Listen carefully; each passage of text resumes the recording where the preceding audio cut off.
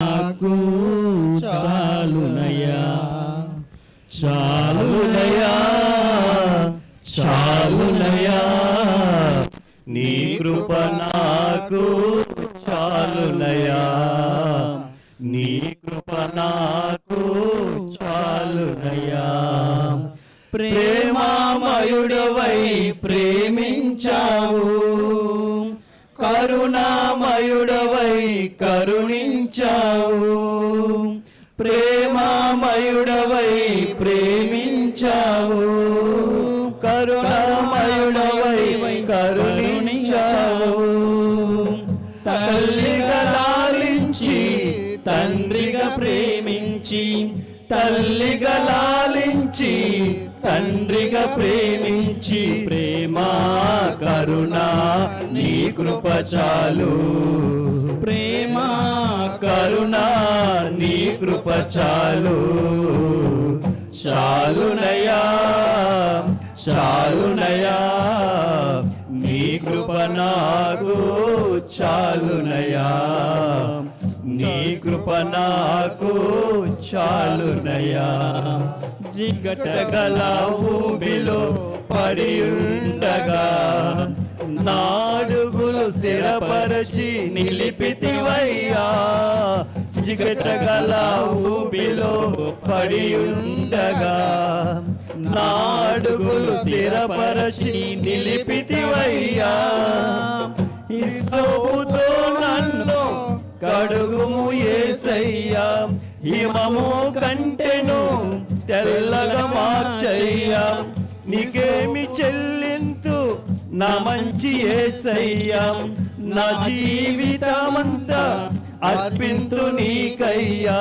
ప్రేమ కరుణ నీ కృప చాలు ప్రేమ కరుణ నీ కృప చాలు చాలునయా చాలునయా నీ కృప నాకు చాలునయా నీ కృప నాకు చాలునయా బంధువులు స్నేహితులు త్రోసేసిన తల్లిదండ్రులే నన్ను వెలివేసిన బంధువులు స్నేహితులు త్రోసేసిన తల్లిదండ్రులే నన్ను వెలివేసిన నన్ను నీవు విడువలేనయా మిన్నగా ప్రేమించి రక్షించినావయ్యా నీకేమి చెల్లింతు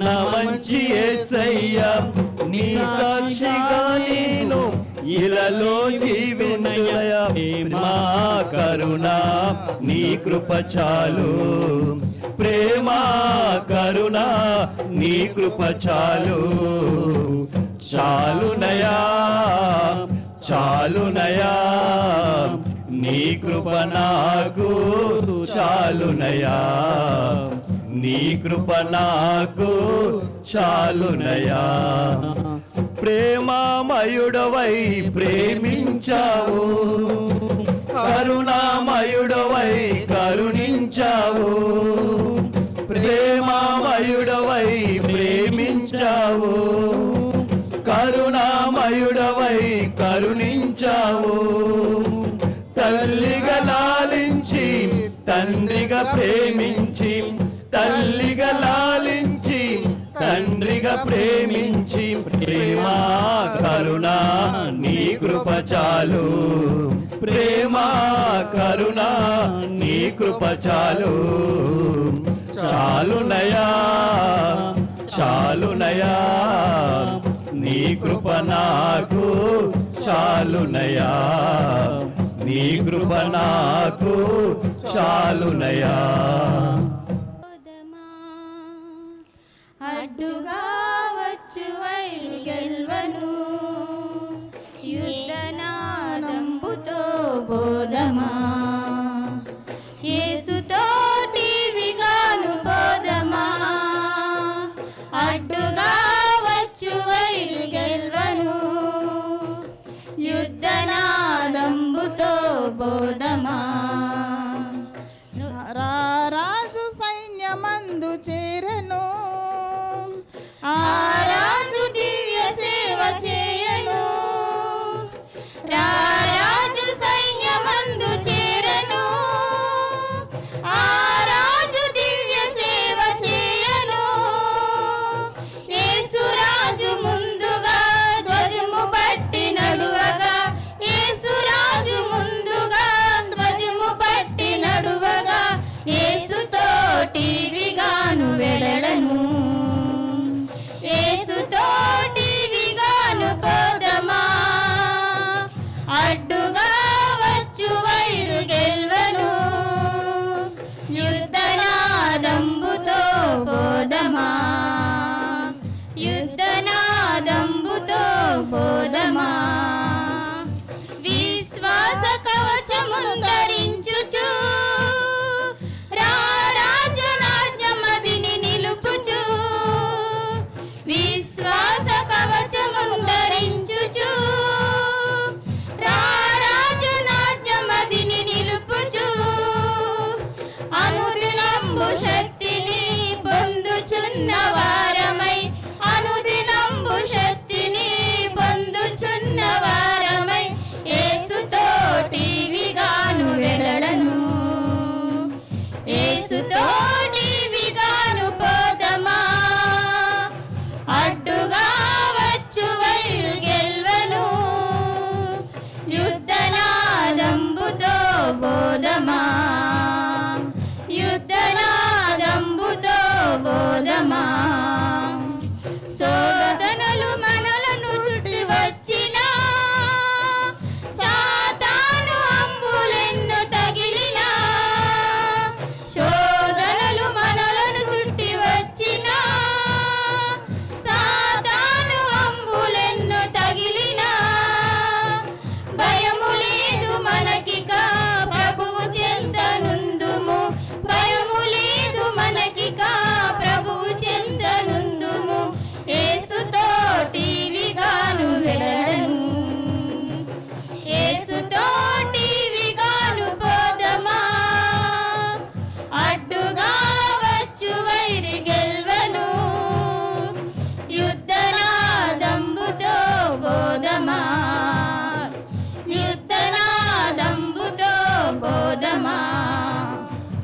ఓ యువత యువకులార చేరుడి, శ్రీ యేసురాజు వార్త చాటుడి. ఓ యువత యువకులార చేరుడి, శ్రీ యేసురాజు వార్త చాటుడి. లోకమంత ఏకమై యేసునాదు గల్వను, లోకమంత ఏకమై యేసునాదు గల్వను. సాధనము ఎవరు నీకు లేనుగా, యేసుతోటివిగాను పోదమా, అడ్డుగా వచ్చు వైరు గెల్వను. యుద్ధనాదంబుతో బోధమా, యుద్ధనాదంబుతో బోధమా. మరలా మేము మీ ఎదుట నిలబడుటకు, మీ సన్నిధిలో గడుపుటకు మీరు మనకు అనుగ్రహింపచేసిన ఈ శ్రేష్టమైన సమయమంతటి కొరకు స్తోత్రాలు, స్తుతులు, వందనాలు.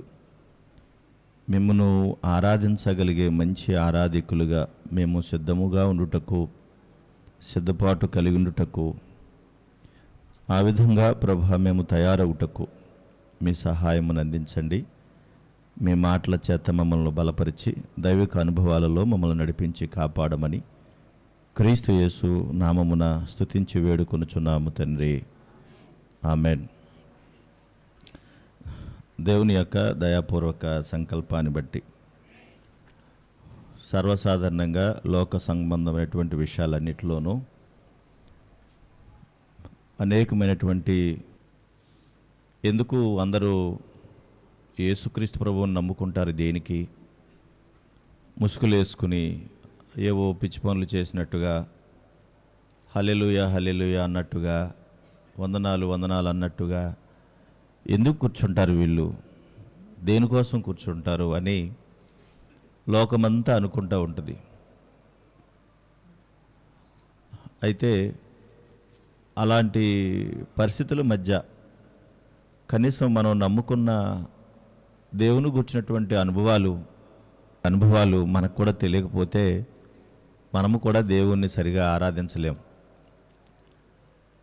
లోకంలో ఉన్నటువంటి వారందరూ బాహ్య సంబంధమైన వాటికి ఎక్కువ విలువనిస్తారు. కంటికి కనిపించే వాటి మీద ఎక్కువ విలువనిస్తారు. కంటికి కనిపించే పనులు ఎక్కువ చేస్తారు. కానీ దేవుని యొక్క ఉనికి, దేవుని యొక్క సంగతులన్నీ వేరుగా ఉన్నాయి. కనుక వాటిని మనం కాస్త ఆలోచించగలిగితే దైవికంగా మనము నమ్ముకున్న దేవుడు ఎంత గొప్పవాడో మనకి అర్థమవుతుంది. ఒకసారి పరిశుద్ధ గ్రంథాన్ని తెరిచి 77వ కీర్తన 13వ చరణాన్ని ఒకసారి చూడండి. మీ బైబిల్ తెరిచి 77వ కీర్తన 13వ చరణం చదువుదామా? దేవా, నీ మార్గము పరిశుద్ధమైనది. దేవుని వంటి మహాదేవుడు ఎక్కడ ఉన్నాడు? చాలు. దేవా, నీ మార్గము పరిశుద్ధమైనది అన్నాడు. ఆయన మార్గమే పరిశుద్ధమైతే ఆయన ఎలాంటి వారు? ఆయన పరిశుద్ధుడే కదా. కనుక పరిశుద్ధుడైనటువంటి దేవుణ్ణి మనం నమ్ముకున్నాము. మనం నమ్ముకున్నవాడు పరిశుద్ధుడు. లోకములో ఉన్న వాటి అన్నిటికీ కూడా మనం నమ్ముకున్న దేవునికి అన్నిటికీ కూడా వ్యత్యాసం ఏమైనా ఉందంటే అది పరిశుద్ధతే. అసలు పరిశుద్ధత అనేటువంటి ఆ గుణము చూడండి. మనం పట్టుకున్న బైబిల్ పేరేంటి అంటే పరిశుద్ధ గ్రంథము అంటారు.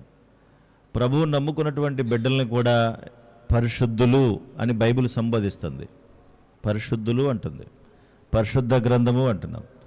కనుక పరిశుద్ధత అనేది దేవుని యొక్క గుణ లక్షణాల్లో ఒక అమోఘమైన శ్రేష్టమైనటువంటి ఒక ఉన్నతమైనటువంటి గుణం. అది పరిశుద్ధత అనేది లోకానికి ఏమాత్రము కూడా సంబంధం ఉండదు ఇది.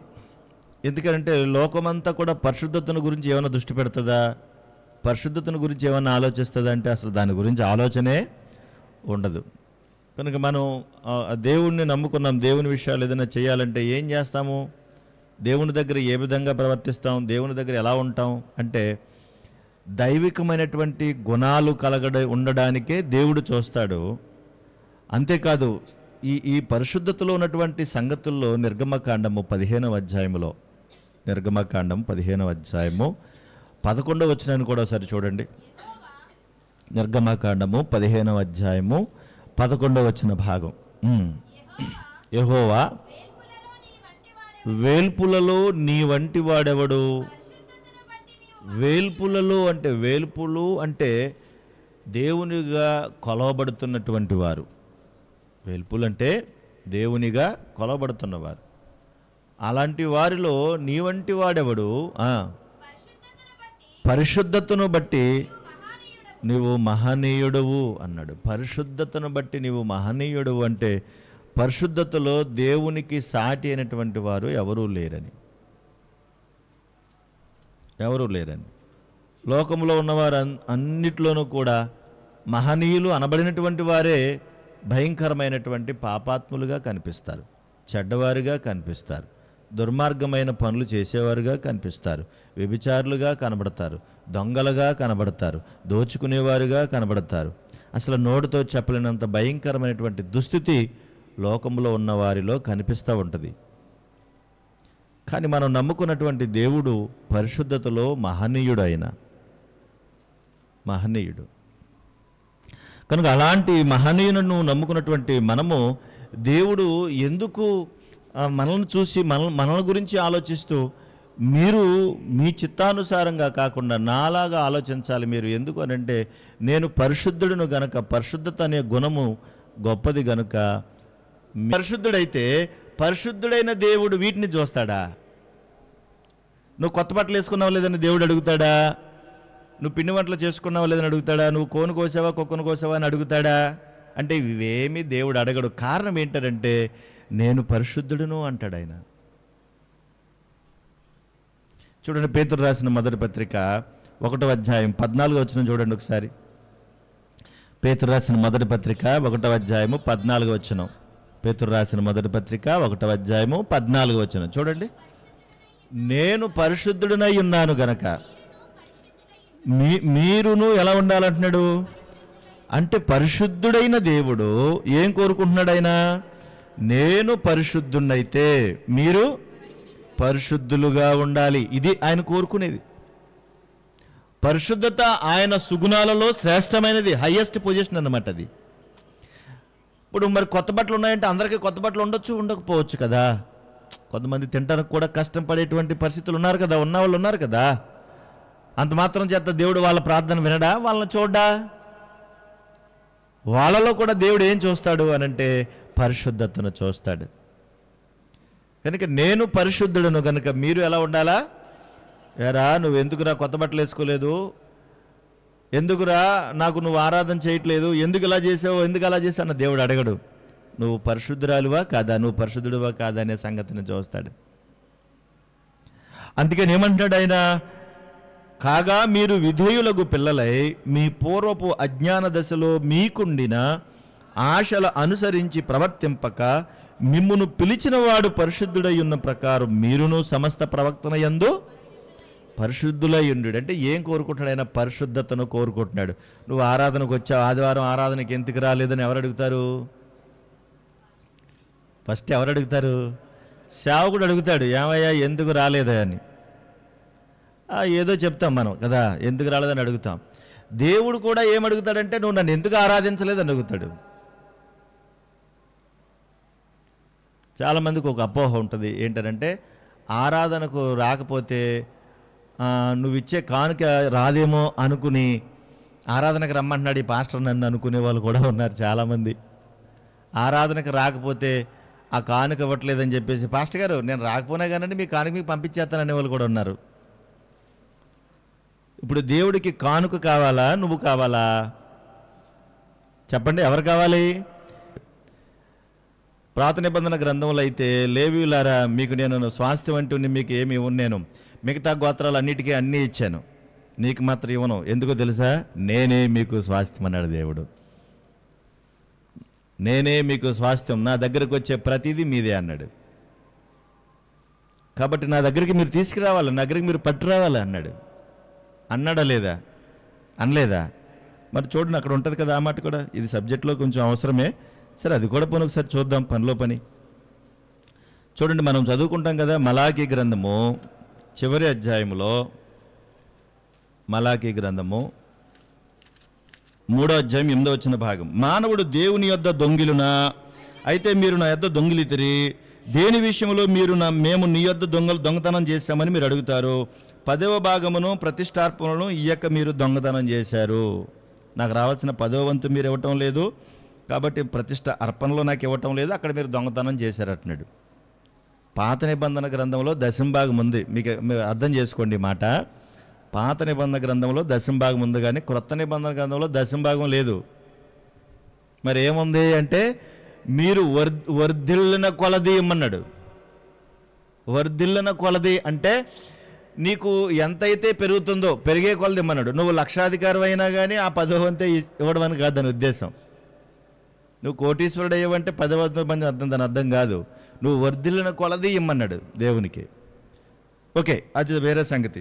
కనుక ఈ జనులందరూ నా యొద్ద దొంగిలిచునే ఉన్నారు, మీరు శాపగ్రస్తమై ఉన్నారు. నా మందిరంలో ఆహారం ఉండునట్లు 10వ భాగమంతయు మీరు నా మందిరంలోనికి తీసుకుని రండి అన్నాడు. తీసుకుని రమ్మన్నాడు, వద్దన్నాడా? తీసుకుని రండి అన్నమాట ఉందా లేదా? అంటే దాన్ని తీసుకురమ్మని అన్నాడు దేవుడు. నీకు వర్ధిల్లిన కొలది ఇమ్మన్నాడు. 10వ భాగం పాత నిబంధన గ్రంథంలో, క్రొత్త నిబంధన అది కాదు. అంటే దేవుని పనికి ఎంతైతే అవసరమో అంతా కూడా మనము ఇవ్వాలి అని అన్నాడు. ఎందుకంటే అది నాది అన్నాడు. రైట్. పరిశుద్ధుడైన దేవునికి ఇప్పుడు ప్రాముఖ్యమైన విషయం ఏంటంటే, మనమిచ్చే కానుక కావాలా, మనం కావాలా? చెప్పాలి, ఎవరు కావాలి? అసలు మనం ఎంత సంపాదించుకున్నా ఇవ్వడం మాట తర్వాత. ఎందుకంటే నువ్వు పరిశుద్ధుడు అయితే దేవునికి ఇవ్వగలుగుతావు. దీనికి లింకప్ ఉంటుంది. నువ్వు పరిశుద్ధుడు అయితే పరిశుద్ధుడైన దేవునికి ఏది ఇష్టమో అన్నీ చేయగలుగుతావు. నువ్వు పరిశుద్ధుడు అయితే దేవునికి ఇవ్వాలన్న ఆలోచన కలుగుతుంది. నువ్వు పరిశుద్ధుడు కాకపోతే అసలు దేవుని సంగతి ఆలోచనే ఉండదు మనకు, అది వేరే సంగతి. కానీ పరిశుద్ధుడైన దేవుడు పరిశుద్ధతను కోరుకుంటున్నాడు. ఆయన పరిశుద్ధుడిగా బ్రతకాలని కోరుకుంటున్నాడు. ఇక్కడ చాలామంది ఎంతకాలం అయిందో బాప్తిసం పొంది నీళ్ళల్లో మునిగినప్పుడు మనం ఏవో చెప్తాం దేవునికి, కొన్ని వాగ్దానాలు చేస్తాం, కొన్ని ప్రమాణాలు చేస్తాం. నువ్వు నీళ్ళల్లో ములగడం ముఖ్యమా, నువ్వు దేవుని కొరకు బ్రతకడం ముఖ్యమా? ఏది ముఖ్యం? బాప్తిసం అనేది ముందు ఎక్కడ జరగాలో తెలుసా? హృదయంలో జరగాలి. నా ప్రభు నా కొరకు ప్రాణం పెట్టాడు, నేను పాపిన సంగతి నాకు అర్థమైంది. నా ప్రభు పరిశుద్ధుడు గనక నేను కూడా పరిశుద్ధుడుగా ఉండాలని నా దేవుడు కోరుకుంటున్నాడు. కనుక ప్రభు నీ కొరకు నేను పరిశుద్ధుడుగా పరిశుద్ధురాలుగా బ్రతుకుతానని దేవునికి వాగ్దానం చేయాలి. ఎక్కడ? ముందు హృదయంలో. పరిశుద్ధత హృదయానికి సంబంధించింది, ఆచారము శరీరానికి సంబంధించింది. పరిశుద్ధత హృదయానికి సంబంధించింది. హృదయంలో పరిశుద్ధత లేనప్పుడు పైన మనం ఎన్ని చేసినా కూడా ఉపయోగం లేకుండా అయిపోతుంది. మనం నమ్మిన దేవుడు పరిశుద్ధుడైనప్పుడు పరిశుద్ధతలో మనం బ్రతకాలని కోరుకోండి. ఎందుకు? మిమ్మును పిలిచిన వాడు పరిశుద్ధుడు గనక పూర్వపు అజ్ఞాన దశలో మీకుండిన ఆశలను అనుసరించి మీరు ప్రవర్తించొద్దో అన్నాడు, కోరుకుంటున్నాడు. చూడండి, హెబ్రీ పత్రిక 12వ అధ్యాయం, హెబ్రీ పత్రిక 12వ అధ్యాయం 14వ వచనం చూడండి. హెబ్రీ పత్రిక 12వ అధ్యాయం 14 చదువమ్మా. అందరితో సమాధానమును పరిశుద్ధతయు కలిగి ఉండుటకు. ఏం కలిగి ఉండమంటున్నాడు? అందరితో సమాధానము పరిశుద్ధత. చూడండి, ఇంకేమి ఏరేమి చెప్పట్లేదు. ఎంత గొప్ప స్థితి చూడండి అయింది. సమాధానము కలిగి ఉండాలి, పరిశుద్ధతను కలిగి ఉండాలంటే యథార్థమైనటువంటి మంచి మనసు ఉండాలి. అసలు క్రైస్తవ జీవితానికే పరిశుద్ధత అనేది ఒక ప్రత్యేకమైనటువంటి సింబల్ లాంటిది. అది ఒక సింబల్ అన్నమాట, ఒక గుర్తు. ఎందుకు అంటే పరిశుద్ధత లేకుండా ఎవడు పరిశుద్ధతను లేకుండా ఎవడునో ప్రభువును చూడడు అంటున్నాడు.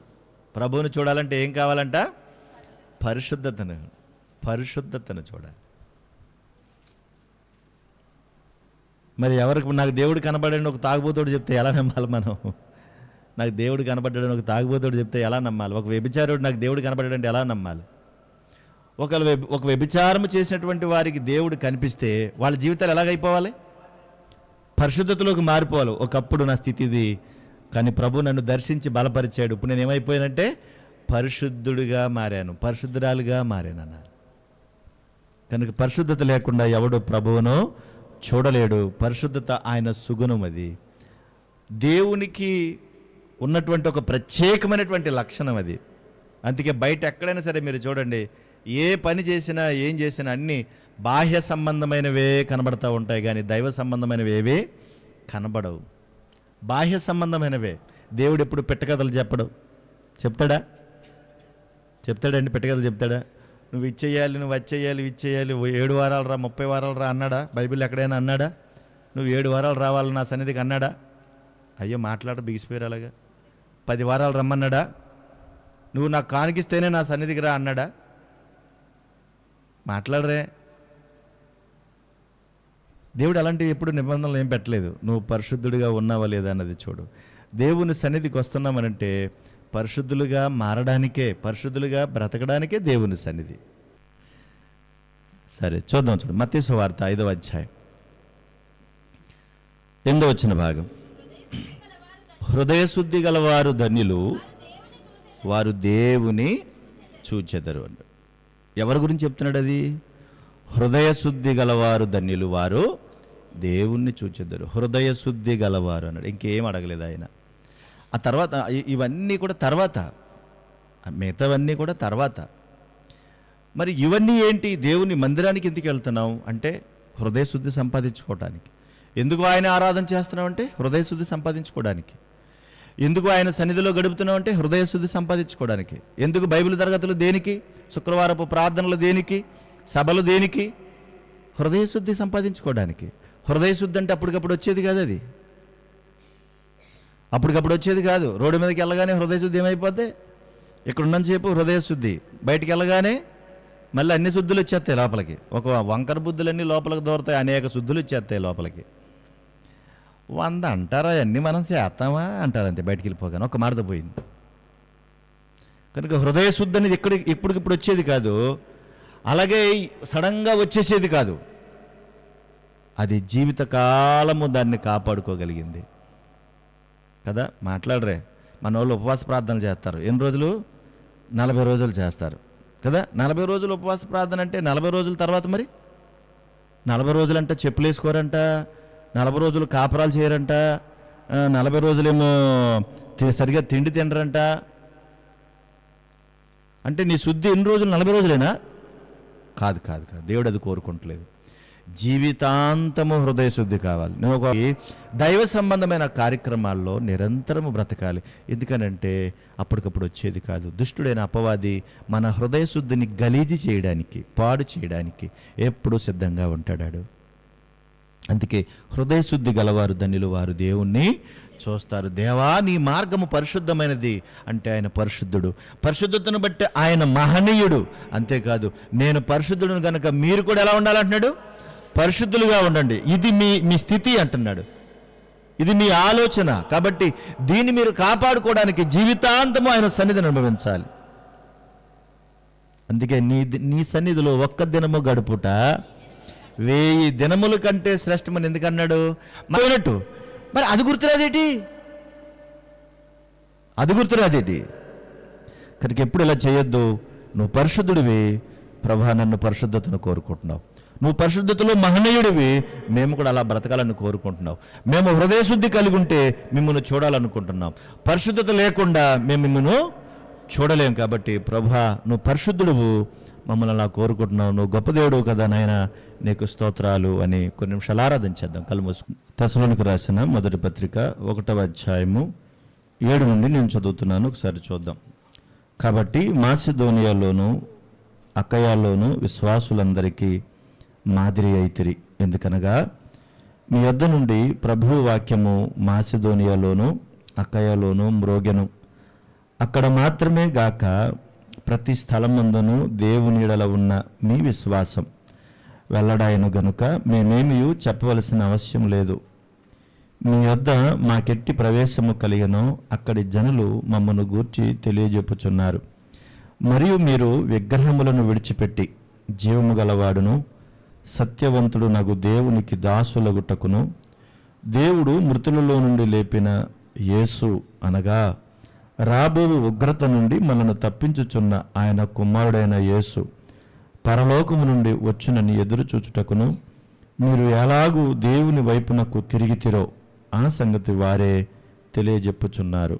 ప్రార్థన చేసుకుందాం. ప్రేమస్వరూపుడు అయిన మా తండ్రి, మరొకసారి మంచి అవకాశాన్ని మీరు కలిగించారు. స్తోత్రములు. మీరు పరిశుద్ధులైతే మేము పరిశుద్ధులుగా ఉండాలని మీరు తాపత్రయపడుచున్నారు. అందులో భాగంగానే అపోస్తులైన పౌలు తెస్సలోనిక సంఘానికి ఉత్తరం రాస్తూ ఎన్నో అద్భుతమైనటువంటి విషయాలను వారిని గూర్చి తెలియజేస్తూ వచ్చారు. వాటి ద్వారా ప్రభువా మాతో మాట్లాడి మమ్మల్ని బలపరచండి. మేము కూడా మరింతగా మీరు మమ్మను అభినందించే స్థాయికి ఎదుగునట్లుగా మీ సహాయమును అందించండి. ఆటంకముగా అభ్యంతరంగా ఉన్న వాటిని దూరపరచండి. మీరు మాత్రమే మహిమ పొందండి.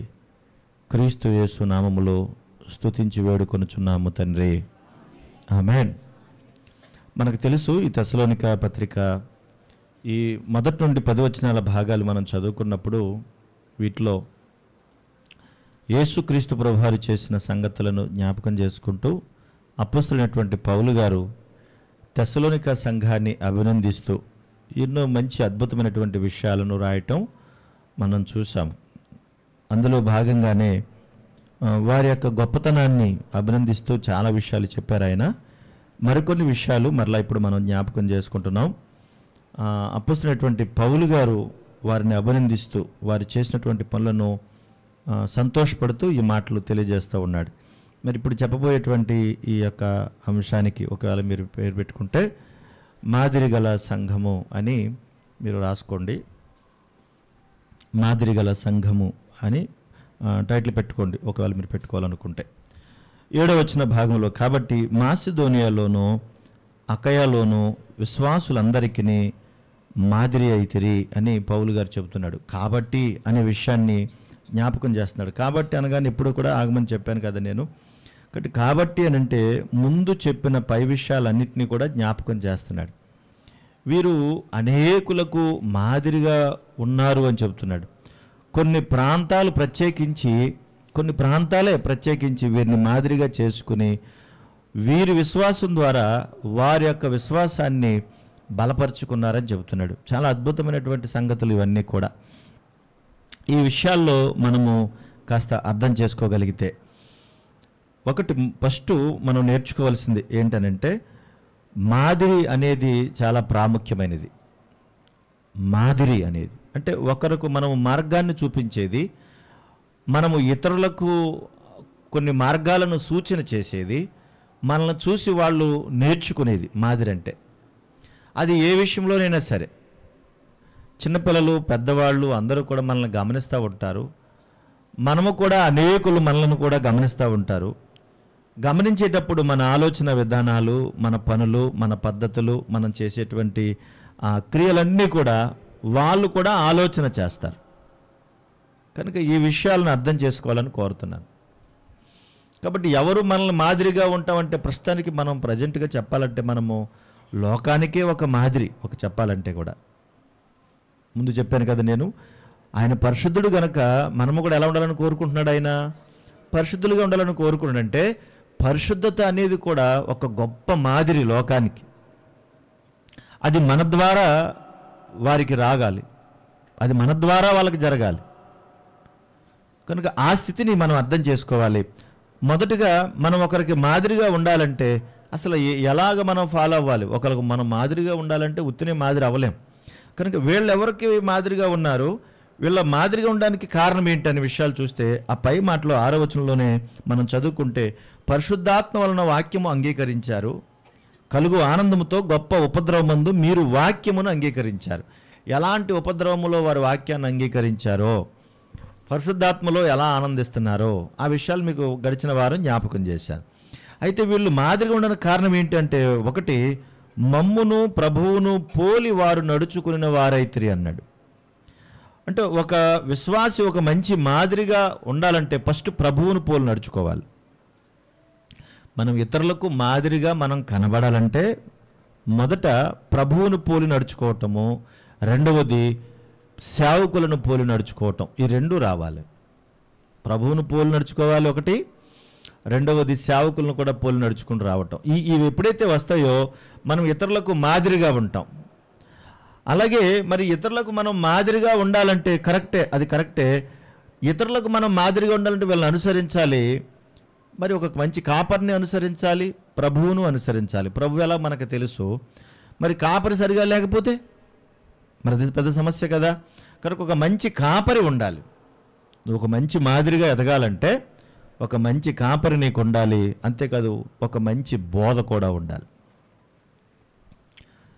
ఇతరులకు మాదిరిగా మనం ఉండాలి అనంటే ప్రభువును పోలి నడుచుకోవాలి, అలాగే సేవకుని పోలి నడుచుకోవాలి.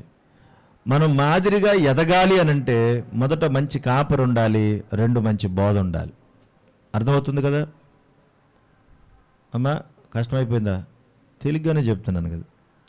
మంచి బోధ ఉండాలి. ఈ రెండిట్లో ఏది లోపించినా మనము పాడవుతాం, వాళ్ళు కూడా పాడవుతారు.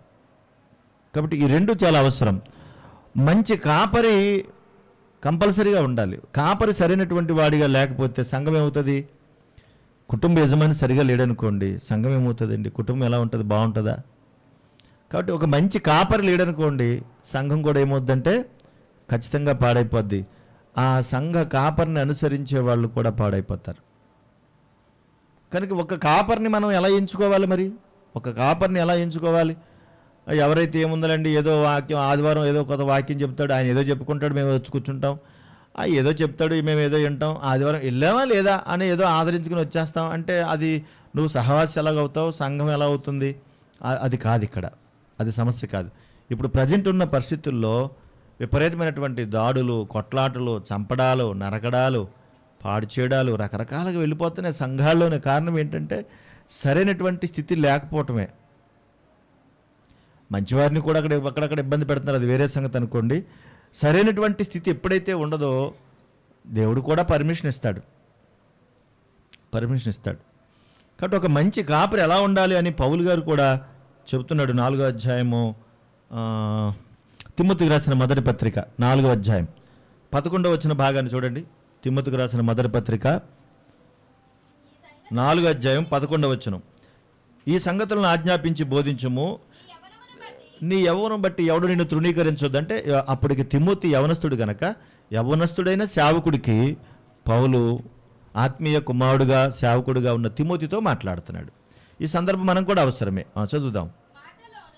మాటలోను, ప్రవర్తనలోను, ప్రేమలోను, విశ్వాసములోను, పవిత్రతలోను, విశ్వాసులకు అంటే ఒక మంచి కాపరి ఎలా ఉండాలంటే మాట, ప్రవర్తన, ప్రేమ, విశ్వాసం, పవిత్రత, వీటన్నిటిలోనూ కూడా ఒక మంచి కాపరి విశ్వాసులకు మాదిరిగా ఉండాలి అంటున్నాడు.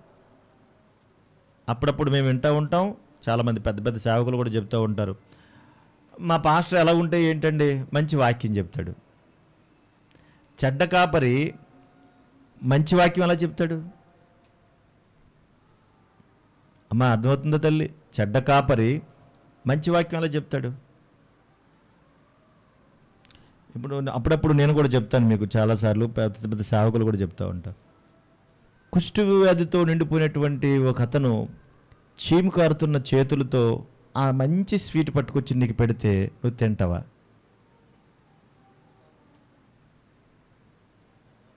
నువ్వు తింటావా? కుష్ఠవ్యాధితో చీమి కారిపోతూ ఉంటే ఆ మంచి స్వీట్ అయితే చాలా కాస్ట్లీ, మంచిది, అది దాని పేరు గుర్తురాట్లేదు నాకు. అంత మంచి కాస్ట్లీ స్వీటు అతని చేతితో నీకు ఇస్తే నువ్వు తింటావా? స్వీట్ మంచిదేగా, స్వీట్ మంచిదేనా? ఎందుకు తినలేకపోతున్నావు అంటే ఇచ్చేటువంటి చెయ్యి భయంకరంగా ఉంది కదా. ఇప్పుడు మీరు అర్థం చేసుకోండి, అలాంటి స్థితిలో ఉన్నటువంటి సేవకుడు, చెడిపోయిన కుళ్ళిపోయిన పనికిరాని ఒక సేవకుడు, ఒక కాపరి మంచి వాక్యం మీకు అందిస్తానంటే నువ్వు ఎలా వింటావు? నువ్వు ఎలా వినగలుగుతావు? కనుక దేవుడు అదే ప్రశ్న వేస్తున్నాడు. నాయన తిమోతి, నువ్వు అన్నిటిలోనూ కూడా మాదిరిగా నువ్వు కనబడాలి. మా పాస్టర్ గారు ఎలా ఉన్నా మాకు అనవసరం అండి, మా పాస్టర్ గారికి 4 పిల్లలు ఉన్నారండి, అయినా పర్వాలేదండి, మంచి వాక్యం చెప్తాడండి. ఇంకెంతకన్నా దగ్గర చెప్పలేను మీకు, ఉన్నారు అలాంటి వాళ్ళు చాలామంది. కాబట్టి ఎలా ఉంటాయి ఏంటంటే మంచి వాక్యం చెప్తాడండి అని వెళితే వాళ్ళ దౌర్భాగ్యులా వీళ్ళ దౌర్భాగ్యులా. కనుక ఒక మంచి కాపరి ఉండాలి, ఆ మంచి కాపరి మాదిరి కలిగి ఉండాలి.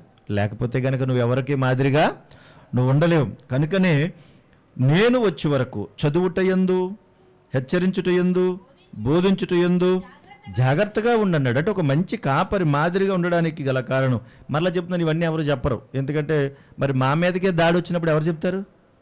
పక్క వాళ్ళకి చెప్పమంటే 100 చెప్తాం, కానీ మన మీదకి వచ్చినప్పుడు చెప్తామేంటి? చెప్పం కదా. కనుక మన మీదే దాడి. ఇక్కడ చదువుతూ ఎందు, హెచ్చరించుట ఎందు, బోధించుట ఎందు నువ్వు ఎలా ఉండాలి?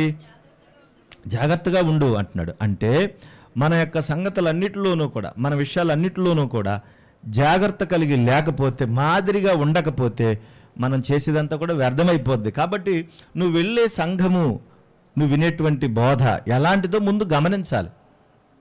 ఇప్పటికీ కూడా చాలా సంఘాల్లో ఉన్నవాళ్ళు ఇప్పటికీ కూడా ఇప్పటికీ ప్రార్థన రావట్లేదు. సంవత్సరాలు ఆ సంఘాల్లో విశ్వాసులుగా ఉన్నారు, ఇప్పటికీ ప్రార్థన చేయలేకపోతున్నారు, పాట పాడలేకపోతున్నారు, నిలబడి వాక్యం చెప్పమంటే చెప్పలేకపోతున్నారంటే దాని ఉద్దేశం ఏంటి అంటే నువ్వు ఎదుగుదల లేదు, నీలో ఫలింపు లేదు. కనుక ఎదగాలి, రోజు రోజుకి ఎదగమని చెప్పాడు కదా. ఒక విశ్వాసి శిష్యుని యొక్క స్థాయి వరకు ఎదగాలి. యేసుక్రీస్తు వారు సువార్త చెప్తే ఏం చెప్పాడు ఆయన? మీరు తండ్రి యొక్కయు కుమారుని యొక్కయు పరిశుద్ధాత్మ యొక్క నామములోనికి వారిని బాప్తిస్మిచ్చొచ్చు, నేను మీ ఏ సంగతులు మీకు బోధించానో అవన్నీ మీరు చెప్తూ సమస్త జనులను ఏం చేయమన్నాడు? శిష్యులుగా తయారు చేయమన్నాడు, విశ్వాసులుగా కాదు. ఒక విశ్వాసి శిష్యుని యొక్క స్థాయికి వెళ్ళాలి. వెళ్ళాలంటే మంచి కాపరు ఉండాలి, మంచి బోధ ఉండాలి. ఇది లేనప్పుడు ఆ విశ్వాసి ఎతగడు. కాబట్టి అర్థం చేసుకోవాలి, ఆ మాదిరి యొక్క తనము మంచి కాపరు ఉంటే నువ్వు ఇతరులకు మాదిరిగా ఉండే ఆ తయారయ్యేటువంటి గుణం వస్తుంది నీకు. అంతేకాదు మంచి బోధ కూడా ఉండాలి. ఏముండాలి? మంచి బోధ కూడా ఉండాలి. ఒకసారి లోకాసు వార్త మీకు చెప్తా, మంచి బోధ లేకపోతే ఎలాంటి స్థితిలోకి వెళ్ళిపోతారో ఆ విషయాన్ని కూడా మీకు గుర్తు చేస్తున్నాను. ఒకసారి లోకాసు వార్త 11వ అధ్యాయం 42 వచ్చిన భాగం నుండి నేను చెప్తాను. మధ్యలో నేను చదువుతాను, చూడండి. మధ్యలో యేసుక్రీస్తు ప్రభువారు ఈ శాస్త్రులు, పరిసయ్యులు వాళ్ళందరి గురించి మాట్లాడుతూ అంటున్నాడు. 42 వచ్చిన భాగం నుంచి అక్కడక్కడ చదువుతాను, చూడండి. అయ్యో పరిసయ్యులారా అన్నాడు. అంటే వీళ్ళ బాధ చూడండి. పుదీనా సదాప ప్రతి కూరలోనూ 10వ వంతు చెల్లించుతున్నారు మీరు. అంటే ఏంటి వీళ్ళ బాధ ఎంతసేపు ఎక్కడ ఉంటుందంటే, నువ్వు దశంభాగం ఇస్తావు ఇవ్వ, నువ్వు దశంభాగం ఇస్తావు ఇవ్వ, నువ్వు దశంభాగం ఇస్తావు ఇవ్వ. బాధ ఎక్కడ ఆగిపోయింది? దశంభాగం దగ్గర ఆగిపోయింది. నువ్వు కానుకలు ఇవ్వాలి, కానుకలు ఇవ్వాలి, కానుకలు ఇవ్వాలి, కానుకలు ఇవ్వాలి, కానుకలు ఇవ్వాలి. మన వాళ్ళు కూడా అంతే కదా, దొంగల చేతుల్లోనే పెడతారు అన్నీ పట్టుకెళ్ళి. మమ్మల్ని దోచుకో బాబు, బాగా దోచుకో బాబు అని. సంఘంలో ఉన్న వాళ్ళు అలాగే ఉంటారు, ఈయన మాత్రం ఆకాశంలో తిరుగుతూ ఉంటాడు. సంఘంలో ఉన్న పిల్లలు మాత్రం అలాగే ఉంటారు. దయమనక్క మేడగది ఊగుతుంది మరి. వీళ్ళు మొహం కడుక్కుంటారు తెల్లి వెళ్ళండి. కనుక అయ్యో పరిసయ్యులారా, మీరు పుదీనా సదాపాలో ఏం కోరుతున్నారంటే, అంటే అన్నిటిలోనూ కూడా వీళ్ళ బోధ కానుకల దగ్గర ఆగిపోయింది. కానుకల దగ్గరే బోధ ఆగిపోయింది. ఇప్పుడు విశ్వాసులందరూ ఏమి నేర్చుకోవాలా? ఎక్కడికన్నా వెళ్ళావంటే నువ్వు నశించిపోతావు, నువ్వు నాశనం అయిపోతావు, నీళ్లు తగలడిపోద్ది అంటున్నారు. మళ్ళా మనకు కూడా అలాంటి వాళ్ళే నచ్చుతారు. ఇక్కడ కూడా అలాంటి వాళ్ళు ఉంటే అక్కడికి వెళ్ళండి, ఒకసారి వెళ్ళి చూసిరండి. ఆ బోధ ఎలా ఉంటుందో, సంఘం ఎలా ఉంటుందో చూసిరండి వెళ్ళి. మీకు కూడా కొన్ని అనుభవాలు తెలుస్తాయి. నువ్వు నాశనం అయిపోతావు అంటున్నారు, నువ్వు ఎందుకు పనికి రాకుండా పోతావు అంటున్నారు. నువ్వు చచ్చినా బతికిన ఇది తల్లి సంఘం, పిల్ల సంఘం. తల్లి సంఘం, పిల్ల సంఘం ఉంటుంది ఏంటి? మన అందరికీ ఒకటే తల్లి సంఘం. ఎవరనుకుంటున్నారు? సార్వత్రిక సంఘం. సార్వత్రిక సంఘం యేసుక్రీస్తు ప్రభువారు స్థాపించిన సంఘం, అంతే. అదే తల్లి సంఘం. ఇంకెక్కడ తల్లి సంఘాలు, పిల్లల సంఘాలు ఉండవు. దశంభాగాల దగ్గర, కానుకల దగ్గర ఆగిపోయింది. కానీ మంచి బోధ కానుకల దగ్గర ఆగిపోతే ఎట్లా? మంచి బోధ ఏమన్నాడు ప్రభువారు? న్యాయమును, దేవుని ప్రేమను విడిచిపెట్టారు అన్నాడు. అంటే వాటిని మానక, కానుకలు సరే కానీ కానుకలే కాదు నీ జీవితం. ఏమన్నాడు? దేవుని ప్రేమ, న్యాయము, ఇదిగు చెప్పు, ఇది మాట్లాడు అంటున్నాడు. మంచి బోధ అది ఉంటుంది. సంఘం ఏడుస్తే వాళ్ళు ఏడుస్తారు, సంఘం నవ్వుతే వాళ్ళు నవ్వుతారు, సంఘం కష్టాలు ఉంటే మోకాళ్ళు వేస్తారు. అయ్యో నా సంఘం అంతా నాశనం అయిపోయింది ప్రభువా అని. మీకు తెలుసా, ఒకసారి ఉన్నట్టుండి ఒకేసారి అందరికీ కరోనా వచ్చింది చాలామందికి. ఎన్ని తిప్పలు పడ్డాం అప్పుడు, ఎన్ని తిప్పలు పడ్డాం. అంతే కదా, ఒకేసారి ఈ ప్లేట్స్ కణాలు పడిపోయి జ్వరాలు వచ్చినాయి, అందరికీ జ్వరాలు వచ్చినాయి, ఊరంతా జ్వరాలు వచ్చినాయి. మా ఇంట్లో ఎన్ని బాధలున్నా, మీ ఇంట్లో ఎన్ని బాధలున్నా అందరం అలా తిరుగుతూనే ఉన్నాం, కానీ బయటికి వెళ్ళలేదు ఎక్కడికి. అర్థం చేసుకోవాలి. అయ్యో అయ్యో అయ్యో అంటున్నాడు. మీరు కనబడని సమాధుల్లాగా ఉన్నారా బాబు అంటున్నారు 46వ వచనంలో. అయ్యో ధర్మశాస్త్రోపదేశకులారా, మోయసఖ్యము గాని బరువులు మీరు మనుషుల మీద మోపుతున్నారు, వ్రేలుతో కూడా బరువులు ముట్టట్లేదు. మీరు ఎలా ఉన్నారో తెలుసా? మీ పితరులు చంపిన ప్రవక్తల సమాధులను మీరు కడుతున్నారు. కొంతమంది ఏంటంటే సమాధులు కట్టడమే అంట వాళ్ళ బోధ. సమాధుల దగ్గర ఉందంటండి. అంటే ఎవడో కూడా చచ్చిపోవటం, సమాధి దగ్గర సమాధి చేయడం, చచ్చిపోవటం, సమాధి చేయడం. వీళ్ళ జీవితం అంతా ఏంటంటే సమాధులు చేయడం. అంటే కనిపించేటువంటి లోక సంబంధమైన వాటి విషయాల మీదే ఎక్కువ శ్రద్ధ వీళ్ళకి. దైవ సంబంధమైన పిల్లలు ఎలా ఉన్నారు, సంఘస్థులు ఎలా ఉన్నారు, వాళ్ళని ఎలా అభివృద్ధిలోకి తీసుకురావాలి, వాళ్ళని ఎలా నడిపించాలి, ఈ సరైనటువంటి కాపరత్వం లేదు, సరైనటువంటి బోధ లేదు. ఎంతసేపు వీళ్ళని ఎలా తీసుకెళ్ళిపోవాలి. అక్కడ మాత్రం పర్ఫెక్ట్గా ఉంటారు. పెళ్ళిళ్ళు చేసే కాడ, దినాలు చేసే కాడ, సమాధులు చేసే కాడ పర్ఫెక్ట్గా ఉంటాడు. ఈ పూలదండ రండి, ఈ పూలదండ ఏంటి, చాలా పర్ఫెక్ట్గా, ఏమి లేకపోతే మళ్ళీ చంపేస్తారు అక్కడ. అసలు మామూలుగా ఉండదు. కనుక ఆ బోధ అక్కడితోనే ఆగిపోయింది. వీళ్ళు పితరులు అందరూ చచ్చిపోతుంటే వాళ్ళు సమాధులు కడుతున్నారట. సమాధులు కట్టడమే ఆ జీవితాంతం అంతా అలాగే అయిపోయిందంట. చూడండి, అక్కడ దాకా ఆగారు ఇల్లు. 52వ వచనంలో, అయ్యో ధర్మశాస్త్రోపదేశకులారా, మీరు జ్ఞానమను తాళపు చెవిని ఎత్తుకుపోతే మీరు లోపల ప్రవేశించరు, ప్రవేశించు వారిని అంటే వీళ్ళు ఏంటంటే ఎక్కడ దాకా బోధ ఉంది అక్కడ దాకా ఆపేశారు. సరైన కాపరత్వం లేదు, సరైన బోధ లేదు. ఇప్పుడు అక్కడ విశ్వాసులు ఎలా ఉంటారు? మీ స్కూల్లో పిల్లోని తీసుకెళ్ళి స్కూల్లో జాయిన్ చేశారు. అక్కడికి వెళ్ళగానే వాడు బూతులు నేర్చుకుంటున్నాడు, అందరినీ కొట్టడం నేర్చుకుంటున్నాడు. ఇంటికి రాగానే ఏంటేంటో మాట్లాడుతున్నాడు. అప్పుడు నా బాబే, నా బంగారమే, నా కొండో, నా బండో, ఎంత బాగా నేర్చుకుంటున్నావరా అని అక్కడే ఉంచుతారు. మీరు మాట్లాడరే, అక్కడే ఉంచుతారా? ముందు స్కూల్కి వెళ్తారు. ఏటి మా వాడు నేర్చుకునేది ఏంటి, మీరు చెప్పేది ఏంటి, అసలు ఏటిది అంటారా అనరా? ముందు వార్నింగ్ అవుతుంది, రెండో వార్నింగ్ అవుతుంది, నమస్కారం అంటారు. జాగ్రత్తగా మళ్ళీ 3వ నెలలో ఏం చేస్తారు? ఈ స్కూల్లో ఉంటే మా వాడు చెడిపోతున్నాడని ఏం చేస్తారు? వేరే స్కూల్కి మార్చేస్తారు. అక్కడ మాత్రం ఇంత జ్ఞానం ఉంది నీకు, సంఘంలో ఎందుకు ఉండలేదు జ్ఞానం? మీరు ప్రవేశించరు, ప్రవేశించే వారిని ఏం చేస్తారంటే వీళ్ళు అడ్డగిస్తున్నారనమాట. కనుక ఈరోజు పరిస్థితులు కూడా బాలేదు, సంఘాలు బాలేదు, సహవాసాలు బాలేదు, స్థితిగతులు బాలేదు.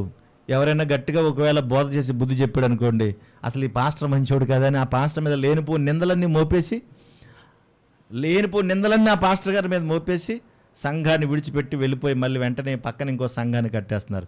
దాన్ని ఏం చేస్తారంటే కులాన్ని ఐక్యం చేసుకుంటున్నారు. మనంతా కులం, ఆడేవాడు వచ్చి మనకు చెప్పడం ఏంటి, మనందరం ఒక కులం కాబట్టి మనందరం ఏం చేద్దాం, ఓ సంఘం పెట్టుకుందామని కులం పేరట సంఘాలు కూడా విడగొట్టేస్తున్నారు.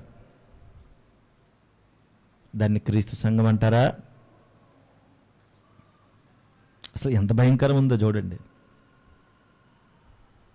ప్రాంతాన్ని బట్టి, కులాలను బట్టి మార్చేస్తున్నారు. వాళ్ళు లోపల ప్రవేశించరు, ప్రవేశించు వారిని అడ్డగిస్తున్నారు. ఇప్పుడు మీరు ఆలోచించాలి, ఒక విశ్వాసం ఒక మంచి మాదిరిగా ఎదగాలంటే ప్రభువును పోలి నడుచుకోవాలి, ఒక మంచి కాపరిని పోలి నడుచుకోవాలి. ఇప్పుడు ఆ మంచి కాపరే సరిగా లేకపోతే మరి ఎలా? కాబట్టి ఒక మంచి కాపరి విశ్వాసులకు మాదిరిగా ఉంటాడు. ఒక మంచి బోధ అద్భుతంగా నడిపిస్తుంది సంఘాన్ని. చూడండి ఒకసారి అపుస్తుల కార్యములు 9వ అధ్యాయం, అపుస్తుల కార్యములు 9వ అధ్యాయం 31 వచ్చిన భాగాన్ని ఒకసారి చదవండి. కావున యూదయ, గలిలయ, సమరయ దేశములందంతట సంఘము క్షేమాభివృద్ధి నొందుచు సమాధానము కలిగి ఉండెను, మరియు ప్రభువునందు భయమును పరిశుద్ధాత్మ ఆదరణయు కలిగి నడుచుకొనుచు విస్తరించుచుండెను. సంఘం ఏం చేస్తుందంట? క్షేమాభివృద్ధి నొందుచు సమాధానము కలిగి ఉందంటండి సంఘం.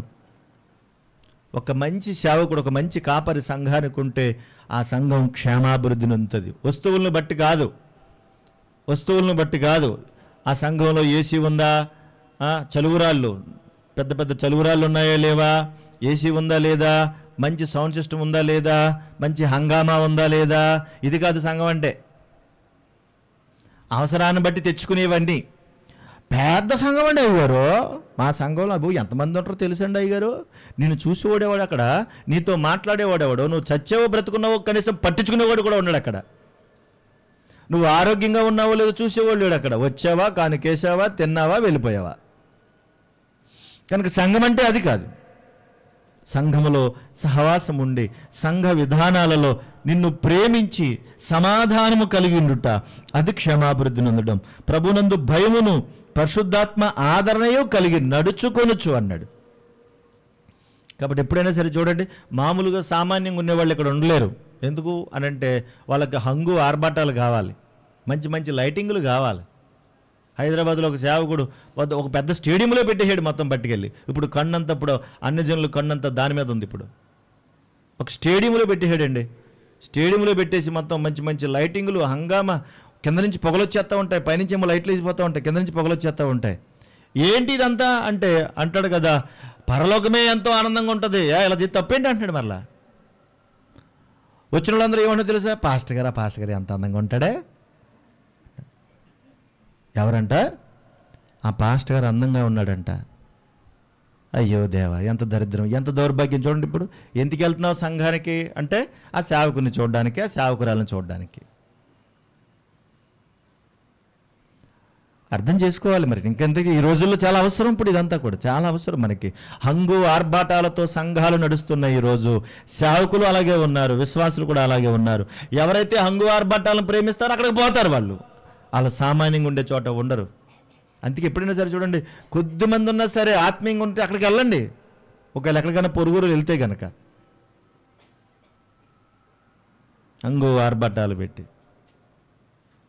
కొంతమంది అయితే అసలు సంఘం ఇదంతా నాది అని చెప్పుకోవడానికి అక్కడ హైదరాబాద్లో ప్రసంగం చేస్తూ ఉంటే ఇక్కడ తెర మీద కనపడతా ఉంటాడు, ఒకడు ఉంటాడు మాట, తెర మీద చూపిస్తూ ఉంటాడు. అంతా అయిపోయిన తర్వాత మీరు బల తీసుకుని వెళ్ళిపోండిరా అంటాడు.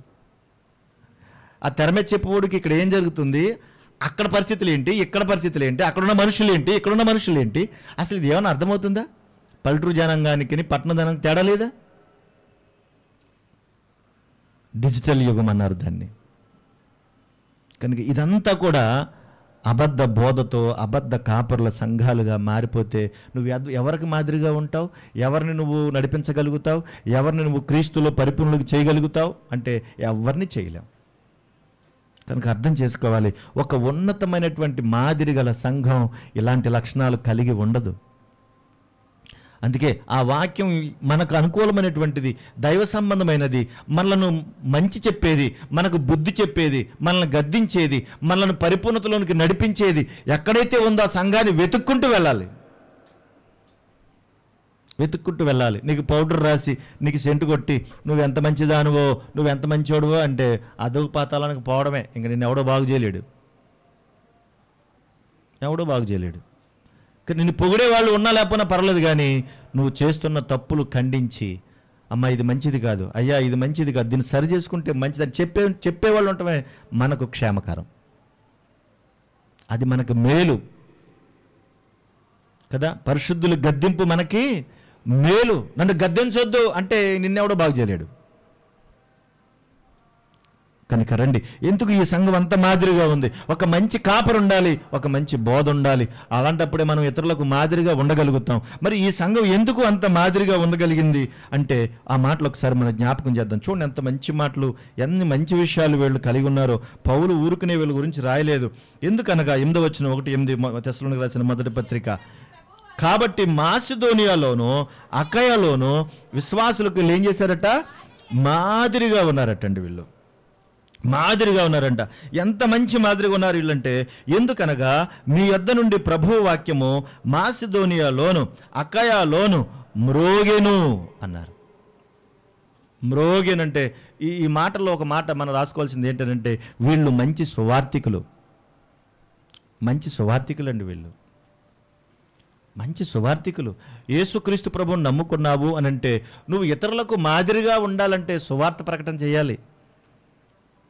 సువార్త ప్రకటన చేయాలి. ప్రభువుని నమ్ముకున్నానండి, బాప్తిసం పొందానండి, చర్చికి వెళ్తానండి, ఆదివారం వెళ్తానండి, నాకు తోసిన కానికి ఇస్తానండి, వచ్చేస్తానండి అంటే కాదు. నువ్వు సువార్త చేయాలి. నువ్వు ఏ పనిలో ఉంటే ఆ పనిలోనే సువార్త అందించాలి. నీకు చిన్న షాప్ ఉంది, షాప్ దగ్గర ఉంటున్నావు, వచ్చే వాళ్ళకి వెళ్ళే వాళ్ళందరికీ 4 దేవుడి మాటలు వినిపిస్తూ ఉండాలి. లేదంటే నీ సాక్ష్యం అన్నా పంచుకుంటూ ఉండాలి. ఒకప్పుడు నా బ్రతికి ఇలా ఉండేదండి, నా జీవితం బాగుండేది కాదండి, ప్రభు దయ వల్ల ఇలా ఉన్నానండి, ప్రభు గొప్పవాడండి, సాక్ష్యం చెప్తూ ఉండాలి. ఒక మంచి సువార్తను అందించాలి. ఇతరులకు మాదిరిగా ఉండాలంటే మంచి సువార్థికులు కావాలి. వాళ్ళు చూసారా, విశ్వాసులకు మాదిరిగా ఉండే స్థితి వాళ్ళు ఏం చేశారంట? మాసిదోనియా అకయ ప్రాంతంలో వాళ్ళు ఏం చేశారు అంటే మ్రోగెను అని ఉంది. ప్రభు వాక్యము మ్రోగెను అంటే అసలు ఎంత అద్భుతం కదా. మరి పంచుకుంటున్నారా? అలాంటి సువార్తను పంచుకుంటున్నారా? మాట్లాడుతున్నారా? ప్రభు మాట ఎత్తితేనే ఎక్కడ మన కులం బయటపడిపోతుందో, మనల్ని తగ్గించి మాట్లాడతారేమో, మనం తక్కువ కులం వాళ్ళు అనుకుంటారేమో అని ఏమన్నా అలాంటి ఫీలింగ్స్ ఏమైనా ఉన్నాయా? అలాంటి దిక్కుమాలిన ఫీలింగ్స్ ఏమైనా ఉన్నాయా? అలాగైతే నువ్వు ప్రభు కొరకు ఏమీ చేయలేవు. నువ్వు నమ్మినా చంపేస్తారో, నమ్మకపోయినా చంపేస్తారు. చచ్చిపోవడం అలాగే ఖాయమే. కానీ చనిపోయేలోపు మన జీవితాన్ని సార్థకం చేసుకోవాలి.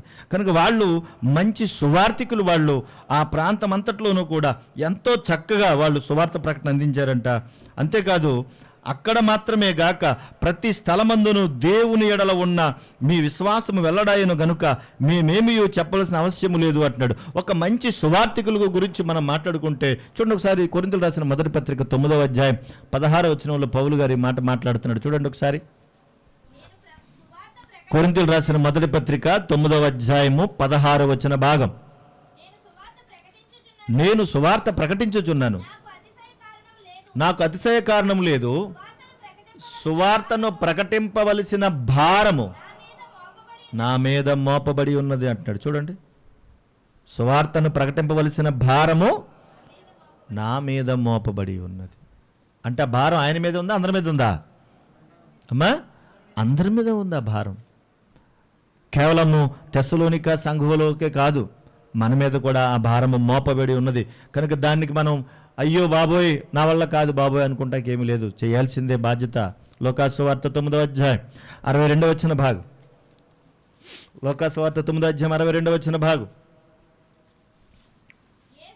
యేసు నాగటి మీద చెయ్యి పెట్టి వెనుక తట్టు చూచువాడు ఎవ్వడును దేవుని రాజ్యమునకు పాత్రుడు అన్నాడు. చూసి ప్రభు చెప్తున్నమాట అది. నాగటి మీద చెయ్యి పెట్టావు, దేవుని కొరకు బ్రతుకుతానన్నావు, జీవితాంతం బ్రతుకుతానన్నావు. అదే కదా దేవునికి వాగ్దానం చేశాం మనం. ప్రభా కష్టమైన బ్రతికైనా చావైనా ఏ స్థితిలో నేను నిన్ను విడిచిపెట్టకుండా నేను బ్రతుకుతాను అని వాగ్దానం చేశావు. కాబట్టి చేయి పెట్టావు. మళ్ళా వెనక తట్టు చేసే పని ఉండకూడదు. వింటున్నావా?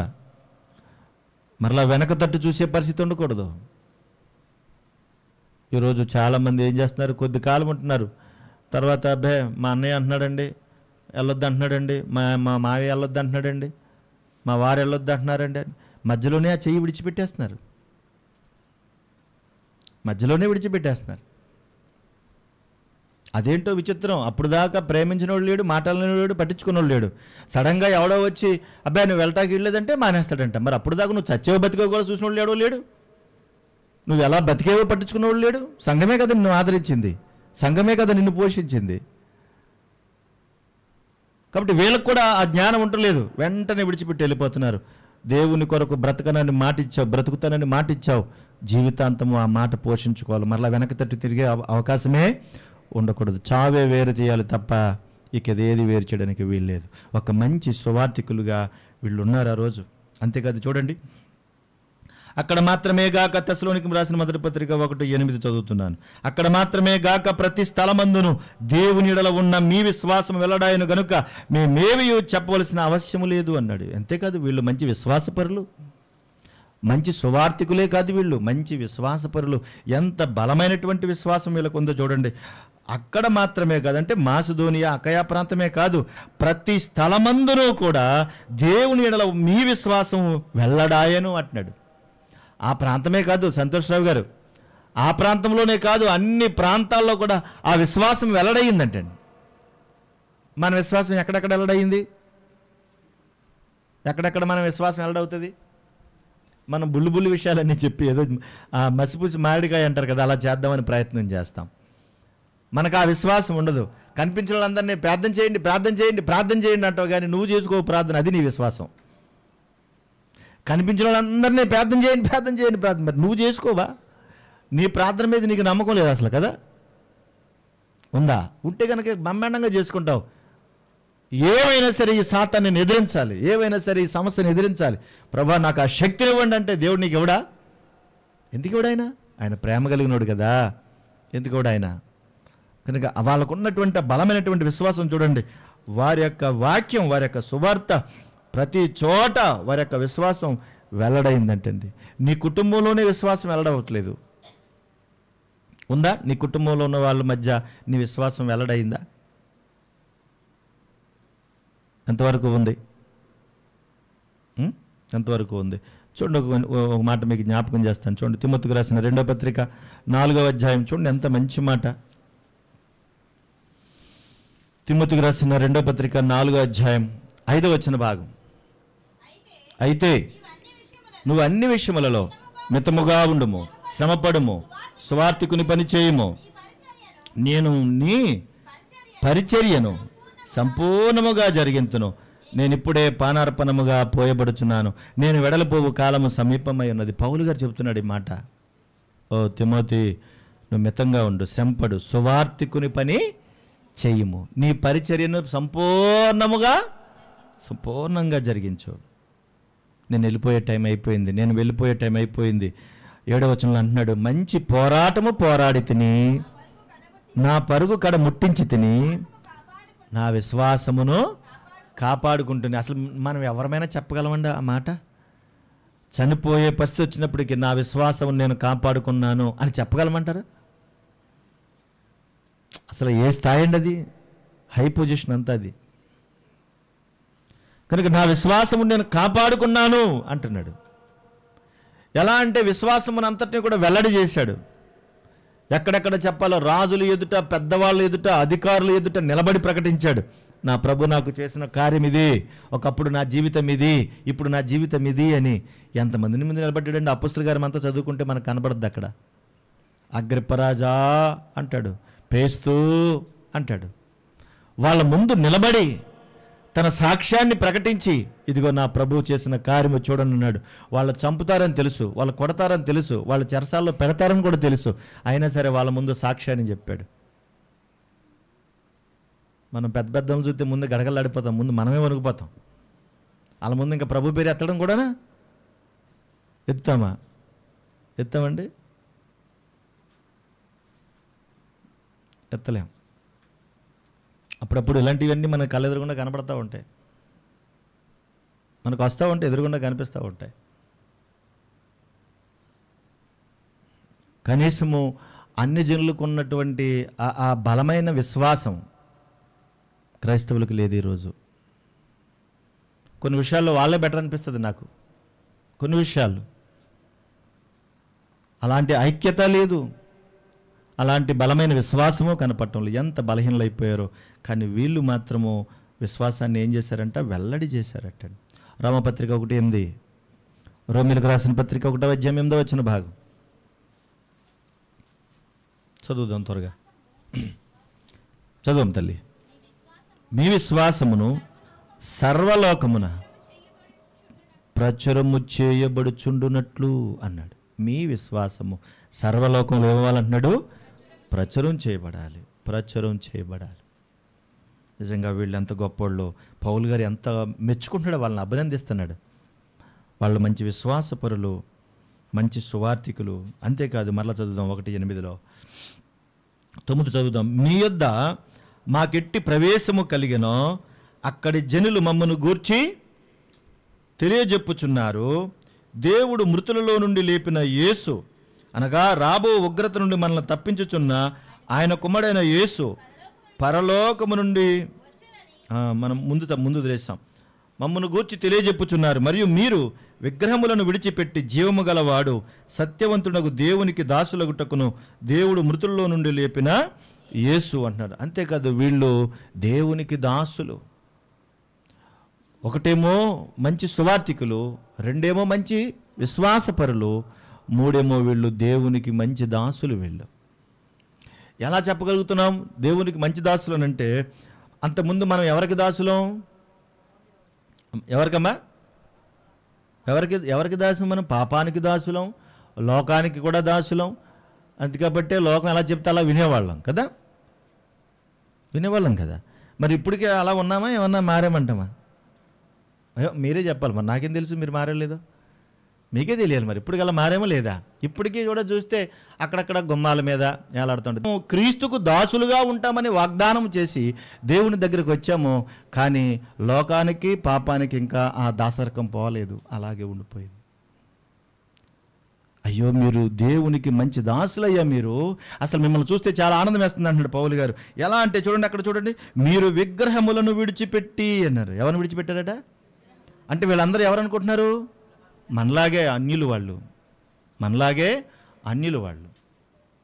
లోక సంబంధమైన వాటిని అన్నిటినీ విడిచిపెట్టేశారు. మన దృష్టిలో ఏదో ఒక బొమ్మ చూసి అది విగ్రహం అనుకుంటాం. అది కాదు. మన ఇంట్లో దేవుడి కన్నా ఎక్కువగా ఏది ప్రేమిస్తాం అది విగ్రహమే. అది విగ్రహమే. బంగారం అంటే బాగా ప్రీతి అనుకో, అది విగ్రహమే. డబ్బు అంటే బాగా ఇష్టం అనుకో, అది కూడా విగ్రహమే. కానీ దేవుని కన్నా ఎక్కువగా ఏది నువ్వు ప్రేమిస్తావో అది విగ్రహం లెక్క. వాళ్ళు ఏం చేశారంటే వాటిని విడిచిపెట్టి, పౌలు గారు నొక్కి వక్కానిస్తూ మాట్లాడుతారు చూడండి. జీవము గలవాడును సత్యవంతుడగు దేవుడు. చూసారా? జీవము గలవాడు సత్యవంతుడగు దేవుడు అన్నాడు. అంటే మిగతావన్నీ ఏం చేశాడు? విడిచిపెట్టారు. మీరు దేవునికి దాసులయ్యారయ్యా. మీరు ఎంత గొప్పలనైనా, మీరు లోకమంతా మీ గురించి మాట్లాడుకుంటుంది. మన ఇంటి పక్క కూడా అంటాడు, చర్చికి వెళ్ళిపోతుంది ఇది, దీని మోహం తగలయ్యా, ఎంత భయంకరమైన మనిషి ఇది, చర్చికి వెళ్ళిపోతుంది ఇది, పాటలు పాడేస్తుంది, రాగాలు తీసేస్తుంది అంటే మన ఇంటి పక్క కూడా తిడతాడు. మళ్ళీ మన సాక్ష్యం ఎప్పటికీ మనం కాపాడుకోలేకపోతున్నాం. ఎప్పటికీ మారుతాం. మేము ఏ ఇంట్లోకి వెళ్ళినా ఫస్ట్ చెప్పేవాళ్ళం, మేము ప్రభుని నమ్ముకున్నామండి, యేసు ప్రభుని నమ్ముకున్నామండి. ఇంట్లోకి రమ్మంటారా వద్దంటారా? కొంతమంది అనేవారు, కుదరదా, ఏయ్ ఆ మతం పుచ్చుకున్న వాళ్ళు మా ఇంట్లోకి రాకూడదు. అలాగే బాబు, మంచిది, సంతోషం. ముందే ఎందుకు చెప్పేవాళ్ళు అంటే, తీరా చెప్పకుండా వెళ్ళిపోయాం అనుకోండి, తీరా వెళ్ళిన తర్వాత మనం ప్రభువు నమ్ముకున్నామని తెలుతాడు, ఏం చేస్తాడు మళ్ళీ, ఖాళీ చేసే అంటాడు. మళ్ళీ అప్పుడు ఎక్కడ ఖాళీ చేస్తా? సాక్ష్యం అన్ని చోట్ల నీ సాక్ష్యం కనబడాలి. అది హృదయ సంబంధమైనది, పరిశుద్ధమైనది, దైవికమైనది, దీనత్వంతో కలిగినది, దీన మనస్సుతో కలిగినది. కనుక నీ యొక్క దాసరికం, నీ యొక్క దాసత్వం ఎక్కడుందో నువ్వు అర్థం చేసుకోవాలి. మీరు సత్యవంతుడకు జీవం గలవాడికి మీరు దాసులు అంటాడు. ఎంత మంచి మాట చూడండి ఒకసారి. గలతీ పత్రిక 1వ అధ్యాయం 10వ వచనం, త్వరగా. గలతీ పత్రిక 1వ అధ్యాయం 10వ వచనం. ఇప్పుడు నేను మనుషుల దయను సంపాదించుకొని చూస్తున్నానా, దేవుని దయను సంపాదించుకొని చూస్తున్నానా? నేను మనుషులను సంతోషపెట్టువాడనైతే ఇప్పటికీ నేను క్రీస్తు దాసుడను కాకపోదును అంటున్నాడు. నా తల్లి, నేను క్రీస్తు దాసుడను కాకపోదును అంటే మనుషులు సంతోషపెడితే మనం ఎవరికి దాసులు అవునట్టు? వాళ్ళు ఏమన్నా అనుకుంటారేమోనండి మరి. అమ్మా, అసలు ఎప్పుడైనా సరే దేవుడు ఏమన్నా అనుకుంటాడనే మాట ఒక్కసారి అనుకున్నావా నీ జీవితంలో? నీ జీవితంలో ఒక్కసారైనా నేను వెళ్తున్నాను కదా, ఈరోజు ఆరాధనకి వెళ్ళకపోతే, ఈరోజు సభకు వెళ్ళకపోతే, ఈరోజు కార్యక్రమంలో పాలుపంపులు పొందుకోకపోతే, ఈరోజు ప్రార్థన చేసుకోకపోతే, ఈరోజు వాక్యం చదువుకోకపోతే అసలు దేవుడు ఏమనుకుంటాడో ఏమో అని ఎప్పుడైనా అనుకున్నావా? ఒక్కసారైనా అనుకున్నావా జీవితంలో? దేవా నువ్వేమని అనుకుంటావేమో నాయన, ఒక్కసారైనా అనుకున్నావా? కానీ మనుషులు ఏమనుకుంటామో అని ఆలోచిస్తాం మనం. నాకు వద్దు అన్నాడు. చూడండి మరొక మంచి మాట, కొరింథీయులకు రాసిన మొదటి పత్రిక 7వ అధ్యాయం 23వ వచనం. కొరింథీయులకు రాసిన మొదటి పత్రిక 7వ అధ్యాయం 23వ వచనం. మీరు విలువ పెట్టి కొనబడిన వారు గనుక మనుషులకు దాసుడు. మీరు విలువ పెట్టి కొనబడిన వారంటే ఏ విలువ? ఏ విలువ? మనల్ని ఎలా కొనుక్కున్నాడు ఆయన? అమ్మ, బాప్తిసం పొందుతున్నామంటే దాని అర్థం ఏంటో తెలుసు కదా. మారు మనసు పొంది బాప్తిసం పొందుతున్నామంటే దాని అర్థం ఏంటంటే, అప్పటి వరకు లోకానికి పాపానికి దాసులుగా బ్రతికిన మనలను సత్యవంతుడకు జీవము గల దేవుడు తన దాసులుగా చేసుకోవటానికి యేసుక్రీస్తు రక్తము చేత మనల్ని కొన్నాడు అని అర్థం, కడిగాడు అని అర్థం. అదండి, మీరు విలువ పెట్టి కొనబడిన వారంటే ఆయన పరిశుద్ధ రక్తము చేత మనల్ని ఏం చేశాడు? ఆయన కొనుక్కున్నాడు ఆయన్ని.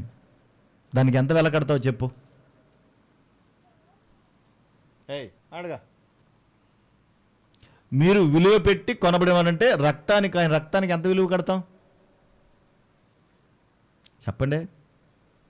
నానా నువ్వేం బాధపడకు, నేను పెద్ద ఉద్యోగం సంపాదించి నువ్వు మొత్తం ఫస్ట్ నుంచి నా కోసం ఎంత ఖర్చు పెట్టావో తిరిగి ఇచ్చేస్తానులే వడ్డీతో సహా, ఏం బాధపడకు నువ్వు అంటున్నారు. అప్పుడప్పుడు అంటున్నారు. నా కొడుకు అన్నాడు సార్, పెద్ద కొడుకు వడ్డీ లెక్కలు రాశాడంట. లెక్కలన్నీ రాస్తున్నాను, మీకు ఇచ్చేస్తానులే, మీరేం బాధపడకండి. నేనేం బాధపడతాను? సరే వడ్డీ అన్నీ ఇచ్చేస్తావా అన్నాను. అన్నీ ఇచ్చేస్తాను. సరే, చిన్నప్పటి నుంచి మీ అమ్మ నీకు పాలు ఇచ్చి నీ ముడ్డు కడిగింది కదా, దానికి లెక్కలు కట్టు. నా రెక్కల ముక్కలు చేసుకుని నేను పెంచి పెద్ద చేశాను కదా, నీకు జన్మనిచ్చాం కదా, దానికి లెక్కలు కట్టు. దానికి లెక్కలు కట్టు. నీకు ఏ దెబ్బ లేకుండా, నీకు ఏ కష్టం లేకుండా నిన్ను పోషించి పెంచి పెద్ద చేశాం కదా, దానికి లెక్కలు కట్టు. మరి అప్పటి నుంచి చేయాలి కదా వడ్డీ, లెక్కలు కట్టు. అలా చెప్తే మరి ఎలాగా? అమాయకత్వంలో అన్న మాట, కావాలన్న మాట కదా, తనకు తెలిసి తెలియని మాట అది. అర్థం చేసుకోవాలి. విలువ పెట్టడం అంటే మనుషులు చేసే వాటికి ఏమైనా విలువలు కట్టగలవేమో కొన్నాట్లకి, కానీ దేవుని రక్తానికి విలువ కట్టలేం. విలువ పెట్టలేని, వెల కట్టలేని రక్తంతో కొనుక్కోండి మనల్ని. అంత కష్టపడి తన రక్తం ఇచ్చి మనల్ని సంపాదించుకుంటే మన మనుషులకు దాసులైపోతే మరి ఆయన ఏమైపోవాలా? ఏమైపోవాలా? అది ఆయన బాధ, అదే ఆయన బాధ. మళ్ళా జ్ఞాపకం చేస్తున్నాను, పిల్లల్ని ఎక్కువగా ప్రేమించకండి, దేవుని కన్నా ఎక్కువగా ప్రేమించకండి కదా. మురిసిపోతూ ఉంటాం, సంతోషపడుతూ ఉంటాం, అబ్బో అంటాం, వాళ్ళు ఎదుగుతుంటే చాలా హ్యాపీ అనుకుంటూ ఉంటాం. మంచిదే, సంతోషమే, ఎవరికైనా సంతోషం అది. కానీ దేవుని కన్నా కాదు, దేవుని కన్నా కాదు. కనుక ఈ విషయాన్ని అర్థం చేసుకుని మనుషులకు దాసుడు కాకుండుడి. ఎవరికి దాసులు అవ్వాలి మనం? దేవునికి. నాకేంటండి, నా కొడుకున్నాడండి, నా కూతురుందండి, ఆహా, వాళ్ళని నమ్ముకుంటే రేపొద్దున వాళ్ళే మనల్ని చంపుతారు, వాళ్ళే చంపుతారు నిన్ను. అసలు ఇప్పుడు పిల్లలు ఇప్పుడు మాట వింటున్నారండి వాళ్ళు, కొంచెం కొద్దిగా ఎదిగడికి మాట వింటున్నారండి వాళ్ళు, వింటున్నారా? మాట వింటున్నారు వాళ్ళు. కొంచెం 12 సంవత్సరాలు వచ్చినాడికి ఆడు మాట వింటలేదాడు. చెప్పేవాళ్ళు వెళ్ళు, నాది వెళ్దేటి అంటున్నాడు.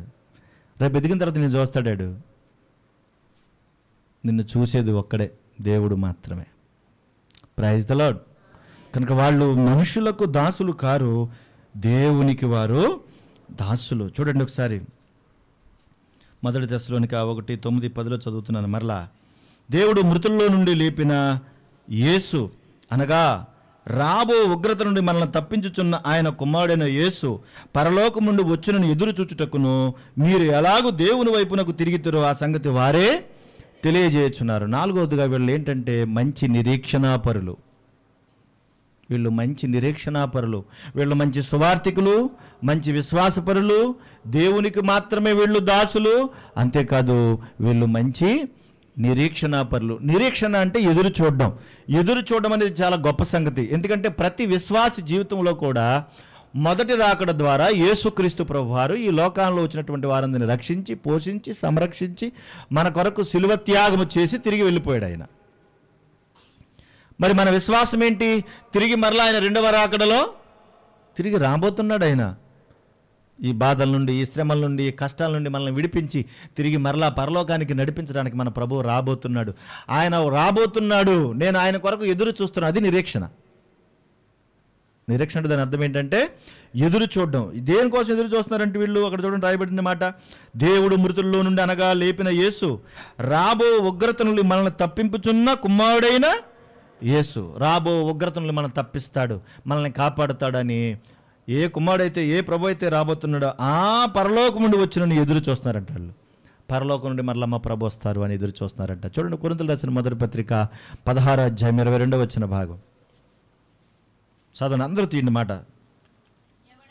ఎవడైనను ప్రభువును ప్రేమింపకుంటే వాడు శపింపబడును గాక. ప్రభు వచ్చుచున్నాడు, ప్రభు అయిన యేసుక్రీస్తు కృప మీకు తోడైండును గాక అన్నాడు. అయిపోయిన తర్వాత ఒకసారి చూపించండి నాకు మీ ఇద్దరు. ఈయన ప్రసన్న బాబు గారు కూడా ఎంత చెప్పాను ఇప్పుడు నేను? కొరింథీయులకు రాసిన మొదటి పత్రిక 16:22 అక్కడ ప్రభువు వచ్చుచున్నాడు అని రాయబడిందా? రాయబడింది కదా. అక్కడ ఒకటంకొని ఏమని రాయబడింది చూడండి. ఒకటంకనేసి ఏమని రాయబడింది? ప్రభు వచ్చుచున్నాడు. అమ్మా ఒకటనేసి కింద రాయబడింది కదా, చదువుతున్నాను, అది చదవమన్నాను. ఆదిమ భాషలో మరణ్ ఆత అనగా ప్రభు వచ్చుచున్నాడు, ప్రభు వచ్చి ఉన్నాడు, ప్రభువారమ్ము అని. దీనికి మూల భాషలో రాయబడింది ఏంటంటే మరణాత. ఆదిమ భాష అంటే ఏది? బైబిల్ అంతా తీసి ఫస్ట్కి వెళ్ళిపోండి, ఆదికాండం ముందు. ఆదిమ హెబ్రీ భాష, ఆదిమ భాష ఫస్ట్ హెబ్రీ భాష. ఓకేనా? హెబ్రీ భాషలో నుండి తర్జుమా చేయబడింది, తర్వాత గ్రీకు భాష. ఈ బైబిల్ ఇవన్నీ కూడా హెబ్రీ భాషలో వచ్చినాయి. ఇందులో కూడా అక్కడక్కడ కొన్ని అచ్చుతప్పులు పడితే పడుండొచ్చు. తెలుగులో తర్జుమా చేసేటప్పుడు కొన్ని విషయాలు ఎలా చెప్పాలో తెలియక వాటిని తెలుగు భాషలో తర్జుమా చేసేటప్పుడు కొన్ని అక్కడక్కడ కొన్ని పదాలు మారొచ్చు. కానీ వాటికి పరిపూర్ణంగా మనకు అర్థం కావాలంటే హెబ్రీ భాషలోకి వెళ్ళాలి. ఓకే, ఆదిమ హెబ్రీ భాషలో ఏమని రాయబడింది అని అంటే మరణ్ ఆతా అని రాయబడింది. దాని అర్థం ఏంటి అంటే తెలుగులోకి వచ్చేటప్పుడు దాన్ని ఎలా తర్జుమా చేశారు? దాని అర్థం ఏంటంటే ప్రభు వచ్చుచున్నాడు, ప్రభు వచ్చి ఉన్నాడు, లేదా ప్రభువా రమ్ము. అంటే ఏంటి? యేసుక్రీస్తు ప్రభు యొక్క రాకడ త్వరగా ఉందన్న సంగతి అర్థమైంది గనక ఆ సంఘంలో ఉన్నటువంటి వాళ్ళందరి గురించి మాట్లాడుతూ ఇదిగో ఆయన వచ్చుచున్నాడు మరణాతా అంటారు, ప్రభువా రమ్ము అంటున్నారు. మీలో ఎవరైనా ప్రభా తొందరగా రానాయన అని ఎప్పుడైనా ప్రార్థన చేశారా?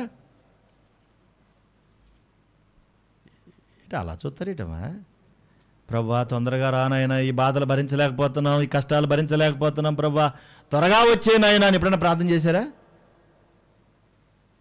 చేయలేదా? చిన్న బిల్డింగు అంటావా? ఉంటుందా? మాట్లాడట్లేదు. ఉంటుందా? అసలు కట్టుకున్నవి కూడా ఉండవు.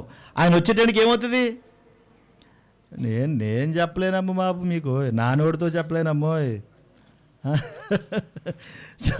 చూడండి ఒకసారి ఏం జరిగిద్దో.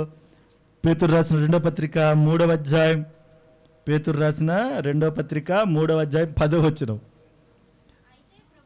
అయితే ప్రభు, మీరు వినండి మహిమారావు గారు, మీరు వాక్యం వినండి, వాళ్ళు వదిలేండి, పిల్లల్ని వదిలేండి. అయితే ప్రభువు దినము, ప్రభువు దినము అంటే ప్రభు వచ్చే రోజు, దొంగ వచ్చినట్లు వచ్చును, ఆ దినమున ఆకాశములు మహాధ్వనితో గతించిపోవును. ఆకాశములు ఏమైపోతాయంట? మహాధ్వని అంటే ఇంకా మన చెవులు సిల్లడిపోతాయో ఉంటాయో పోతాయో ఎవరికే తెలియదు. ఆ ధ్వనితో ఏమైపోతాయంటే గతించిపోతాయి. పంచభూతాలంటే ఒకసారి చెప్పండి టకటక. పంచభూతాలంటే ఏంటి చెప్పండి? ఒకటి చెప్పండి. ఆకాశము, భూమి, గాలి, నీరు, నిప్పు. నింగి, నేల, నీరు, నిప్పు, గాలి, ఇట్లా పంచభూతాలు అంటారు. ఇవి లేకపోతే మనుషులందరూ ఏమైపోతాం? చచ్చిపోతాం. నీరు లేకపోతే చచ్చిపోతాం, ఆకాశాలు లేకపోయినా చచ్చిపోతాం. ఉంటామండి. గాలి లేకపోతే, మరి అగ్ని లేకపోతే మన ఇంట్లో ఏముందంటే వేడి ఉంది. పంచభూతాల్లో ఏముందో మన శరీరంలో కూడా అవన్నీ ఉన్నాయి. పంచభూతాలు ఉన్నాయి మన శరీరంలో, లేకపోతే మనం కూడా చచ్చిపోతాం. పంచభూతాలు ఏమైపోతాయంట? మిక్కుటమైన వ్యాండ్రముతో లయమైపోయి అన్నీ నాశనం అయిపోతాయి అంటున్నాడు. తర్వాత భూమియు దాని మీద ఉన్న కృత్యాలన్నీ అంటే అన్నీ కూడా ఏమైపోతాయి? కాలిపోతాయి. చాలు, అన్నీ కాలిపోతాయి. అంటే ప్రభువారమ్ము అంటే దాని అర్థం ఏంటి? మరణాత మరణాత మరణాత మరణాత మరణాత అంటున్నారు మాటకు ముందు. దాని అర్థం ఏంటంటే ప్రభువారమ్ము ప్రభువారమ్ము ప్రభువారమ్ము, ప్రభు వచ్చున్నాడు అని చెప్పడం. మంచిదా చెడ్డదా? అది పెత్తను తీసుకుని కొట్టేస్తాను ఒక్కొక్కరిని చెప్పు. అది మంచిదా చెడ్డదా? ఏ మాట్లాడాను, మంచిదా చెడ్డదా? అది మరణాత్ అనే పదం చెడ్డదా?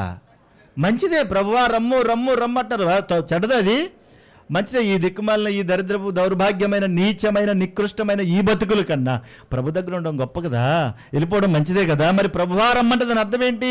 ఇదంతా నాశనం అయిపోతున్నారు కదా దాని అర్థం. మరి ప్రభువా రమ్మన్నావు, మంచిదే. మరి ప్రభు వచ్చే సమయానికి మనం ఎలా ఉండాలి? సిద్ధపడి ఉండాలో వద్దా? మరి సిద్ధపడి లేకుండా ఉంటే ప్రభువా రమ్ము అని అంటావా? సిద్ధపడి ఉంటే ఏమంటావు? బాగా పేపర్ మంచిగా ప్రిపేర్ అయిపోయి అన్నీ రెడీ ఉండనుకోండి, ఎగ్జామ్స్ త్వరగా వస్తే బాగున్నావు, గొడవ అయిపోద్ది అనుకుంటాడు. అసలు ఏ చదవలేకుండా రోడ్లను తిరుగుతాడు అనుకోండి, క్రికెట్ పెట్టట్టుకుని ఏమంటాడు? ఇప్పుడు ఎగ్జామ్స్ ఏంటి, ఇంకో నెల టైం ఇవ్వండి అంటాడు. ఇంకో నెల ఆడుకుంటాడు. వీడు ఎదురు చూస్తున్నారు, ఎదురు చూస్తున్నారు. రోమా 5:5 చదవని ముగిస్తాను. రోమాపత్రిక 5:5. ఎందుకనగా ఈ నిరీక్షణ మనల్ని ఏం చేయదంట? సిగ్గుపరచదా? అబ్బబ్బా, ఈ నిరీక్షణ మనల్ని సిగ్గుపరుస్తుందా? అమ్మా చెప్పండి తల్లి, ఇది సిగ్గుపరిచే నిరీక్షణ. ఇది చెప్పరే, సిగ్గుపరిచేది కాదమ్మా ఇది. అసలు ఎంత అద్భుతంగా మనం దేవుని దగ్గరికి వెళ్ళాలంటే ఒక ఉన్నతమైనటువంటి స్థాయిని దాటుకుని ప్రభు సన్నిధిలో బ్రతకడమే కదా. చూడండి 8వ అధ్యాయం 1వ వచనం కూడా చదువమ్మా. రోమా 8:1. కాబట్టి ఇప్పుడు క్రీస్తు యేసు నందున్న వారికి ఏ శిక్షా విధియు లేదు. క్రీస్తు యేసు ఉన్న వారికి ఏం లేదు? ఏ శిక్షా విధి కూడా లేదు. అంటే ఏ విధమైనటువంటి పరిస్థితుల్లో కూడా దేవుడు ఒక ఉన్నతమైనటువంటి స్థితిని అనుగ్రహింపచేస్తాడు. ప్రభువులో ఉన్నవారు వాళ్ళు గొప్పగా ప్రభువులో ఉన్నారు కాబట్టి, సిద్ధపడి ఉన్నారు కాబట్టి వాళ్ళు అంటున్నారు, ప్రభువా మేము మీరు రాకడ కొరకు ఎలా ఉన్నామంటే ఎదురు చూస్తున్నాం, సిద్ధపడి ఎదురు చూస్తున్నాం. అదే రోమపత్రికలో అంటాడు, ఈ జీవితకాలం మట్టుకే మనము నిరీక్షణ ఉంచితే గనక మనుషులందరికంటే దౌర్భాగ్యం అంటాడు. ఈ నిరీక్షణ, ఈ బ్రతుకు కొరకు కాదు. వాళ్ళ జీవితాలు ఎంత అద్భుతంగా ఉన్నాయి చూసారా. వాళ్ళు అంటున్నారు, పరలోకముందు వచ్చినను ఎదురు చూచుటకు మీరు ఎలాగూ దేవుని వైపుకు తిరిగితిరో ఆ సంగతి వారే తెలియజేస్తున్నారు. ఎవరు? మాదిరి గల సంఘము కలిగినటువంటి ఈ తెసలోనిక సంఘస్థుల గురించి వెళ్ళిన ప్రతి చోట చెబుతున్నారంట. ఆ సంఘం యొక్క విశ్వాసం గురించి, వారి యొక్క నిరీక్షణ గురించి, వారు దేవునికి ఉన్నతంగా బ్రతకడం గురించి, వారి యొక్క సువార్తను గురించి, వారి యొక్క వాక్యపు ప్రచురణ గురించి, వారు పరలోకం కొరకు దేవుని కొరకు ఎలా ఎదురు చూస్తున్నారో ఆ సంగతులన్నీ వాళ్ళు చెప్తున్నారటండి. వీళ్ళ గురించి వాళ్ళ సాక్ష్యం ఇస్తున్నారు. ఎంతమందికి మాదిరిగా ఉంది ఈ సంఘం చూడండి. ఇప్పుడు మా ప్రభు త్వరగా రాబోతున్నాడు, మేము ప్రభు దగ్గరికి వెళ్ళిపోతున్నాం అని చెప్పాలంట. మనం అలా చెప్తామా? మా ప్రభు త్వరగా రాబోతున్నాడు, మేము వెళ్ళిపోతాం. ఇదిగో ప్రభుని నమ్మండి, ప్రభుని అంగీకరించండి. మంచి సువార్త భూమి మీద దేవుడు మనకిచ్చింది, ప్రభుని యేసుక్రీస్తు ద్వారా మనకిచ్చింది ఇదే గొప్ప భాగ్యం. అందుకే ఏదో లేదని ఇక్కడ మనం ఏడాల్సిన పనేమీ లేదు. మనకి ఒక గొప్ప నిరీక్షణ మనకుంది. నేను ఈరోజు ఇక్కడ విడిచిపెట్టిన మరుక్షణం ఎక్కడికి వెళ్తాను? నేను నా ప్రభు సన్నిధికి వెళ్తాను. చాలు. అది ప్రవీణ్ పగడాల్ గారు అంటారు, నా రాజు అని. నా రాజు ఆయన చనిపోయే వరకు కూడా నవ్వుతూ మాట్లాడుతూనే సువార్తను ప్రకటిస్తూనే వెళ్ళిపోయాడు. ఎన్ని విషయాలు చెప్పాలో అన్ని విషయాలు చెప్పుకుంటూ వెళ్ళిపోయాడు. అసలు ఏ రోజునూ కూడా నేను ఏమవుతానని భయపడలేదు, సిగ్గుపడలేదు. సువార్త చెప్పుకుంటూ వెళ్ళిపోయాడు. తన విశ్వాసాన్ని వెల్లడి చేశాడు. ఈ రోజున కొన్ని కోట్ల మంది ఆ వాక్యాలని విన్ని బలపడుతున్నారు. ఈరోజు కొన్ని కోట్ల మంది. రౌడీని చేసేవాళ్ళు ఎప్పుడు సేవకులు, విశ్వాసులు కాదు. నీ అంతు తెలుస్తాం, నీ సంగతి తెలుస్తాం, నేను అలా చేస్తాం, నేను ఇలా చేస్తాం. నువ్వే చేస్తే ఇంకా దేవుడు ఎందుకు? అన్నీ నువ్వే చేస్తే దేవుడు ఎందుకు? అది కరెక్ట్ కాదు. కనుక దేవుని కొరకు మనం బతకాల్సిన వారముగా మనం అనేకులకు మాదిరిగా ఉండాలి. ఈ సంఘం మాదిరి గల మంచి సంఘం. నేను చెప్పాను కదా, మాదిరి గల విశ్వాసులుగా మనం బతకాలంటే ఫస్ట్ మనకి ఎవరు ఉండాలి? మంచి కాపరు ఉండాలి. తర్వాత ఏముండాలి? మంచి బోధ ఉండాలని చెప్పాను. మంచి కాపరి ఉండాలి, మంచి బోధ ఉండాలి. మంచి బోధ, మంచి కాపరి మనకు ఉండగలగాలంటే మనం ఏ బోధలో ఉన్నామో, ఏ కాపరి ఎలా ప్రవర్తిస్తున్నాడో, ఆ కాపరి ప్రభువును పోలి నడుచుకుంటున్నాడా, మనుషులను పోలి నడుచుకుంటున్నాడో చూడాలి. పౌలు గారు అంటాడు, నేను క్రీస్తును పోలి నడుచుకొనుచున్న ప్రకారం మీరును నన్ను పోలి నడుచుకోమాడు. కొరింథీయులకు రాసిన మొదటి పత్రిక 11:1 మీరు నన్ను పోలి నడుచుకోండి అన్నాడు. అంటే నేను క్రీస్తుని పోలి నడుచుకోండి. అంటే ఏ కాపరి క్రీస్తుని పోలి నడుచుకుంటాడో ఆ కాపరి మంచి కాపరిగా ఉండగలుగుతాడు. కాబట్టి నువ్వు మాదిరిగా ఎదగాలంటే అలాంటి కాపరి నీకు ఉండాలి. క్రీస్తును సేవకుని పోలి నడుచుకోవాలంటే ఆ సేవకుడు క్రీస్తుని పోలి నడుచుకునేవాడిగా ఉండాలి. నువ్వు వెళ్తున్న సంఘం ఎలాంటిది, నువ్వు వెళ్తున్న సహవాసం ఎలాంటిది, నువ్వు చేస్తున్న పని ఎలాంటిది, నువ్వు ఎవరికి మాదిరి, ఇది తెలుసుకోవాలి మనం. నువ్వు ఎవరికి మాదిరి? ఒక మాదిరి గల సంఘం అంటే మన సంఘం అనేకులకు ఎలా ఉండాలంటున్నాడు? మాదిరిగా ఉండాలి. మన సంఘం అనేకులుగా మాదిరిగా, మనల్ని చూసి అందరూ నేర్చుకోవాలి. మనల్ని చూసి వాళ్ళు మాట్లాడుకోవాలి. మన ఐకమత్యాన్ని కానీ, మన ప్రేమను కానీ, మన తగ్గింపు జీవితాన్ని కానీ, మన దీన స్వభావాన్ని కానీ మనల్ని చూసి వాళ్ళు నేర్చుకోవాలి. నువ్వు ఏ సంఘానికి వెళ్తావు, ఎక్కడుంటావు, ఏంటని అడిగి తెలుసుకోవాలి. అలా మాట్లాడేటట్టుగా ఉండాలి. అలాంటి స్థితి మన ప్రభు మనకిచ్చింది. కనుక మన ప్రభువు మనకు నేర్పింది అదే, మనం చేయాల్సింది కూడా అదే. అట్టి కృప ప్రభు మనకు దయచేయునుగాక. ఆమేన్. ప్రార్థన. మీరు మాతో మాట్లాడినట్టుగా పరిశుద్ధులైన మీరు మా పరిశుద్ధతను కోరుకుంటున్నారు. స్తోత్రాలు. మేము అనేకులకు మాదిరిగా ఉండడానికి, ఎదగడానికి, ఫలించడానికి దైవికమైన మీ ఆలోచనలతో ఒక తెస్సలోనిక సంఘం అనేకులకు మాదిరిగా ఉన్నట్టు మేము కూడా మాదిరిగా ఉండేటట్టుగా సహాయం చేయండి. క్రీస్తు యొక్క దైవత్వపు లక్షణాలు కలిగిన వారముగా మా ప్రభువు రాకడ కొరకు ఎదురు చూచేవారముగా మేముండునట్లుగా మీ సహాయమును అందించండి. పరిశుద్ధమైన బలలోనికి వెళుతుండగా మమ్మల్ని దయ చూపించి మాతో మాట్లాడి మమ్మల్ని బలపరచండి. మీరు మాత్రమే మహిమ పొందమని క్రీస్తు నామమున అడుగుచున్నాము తండ్రి. ఆమేన్.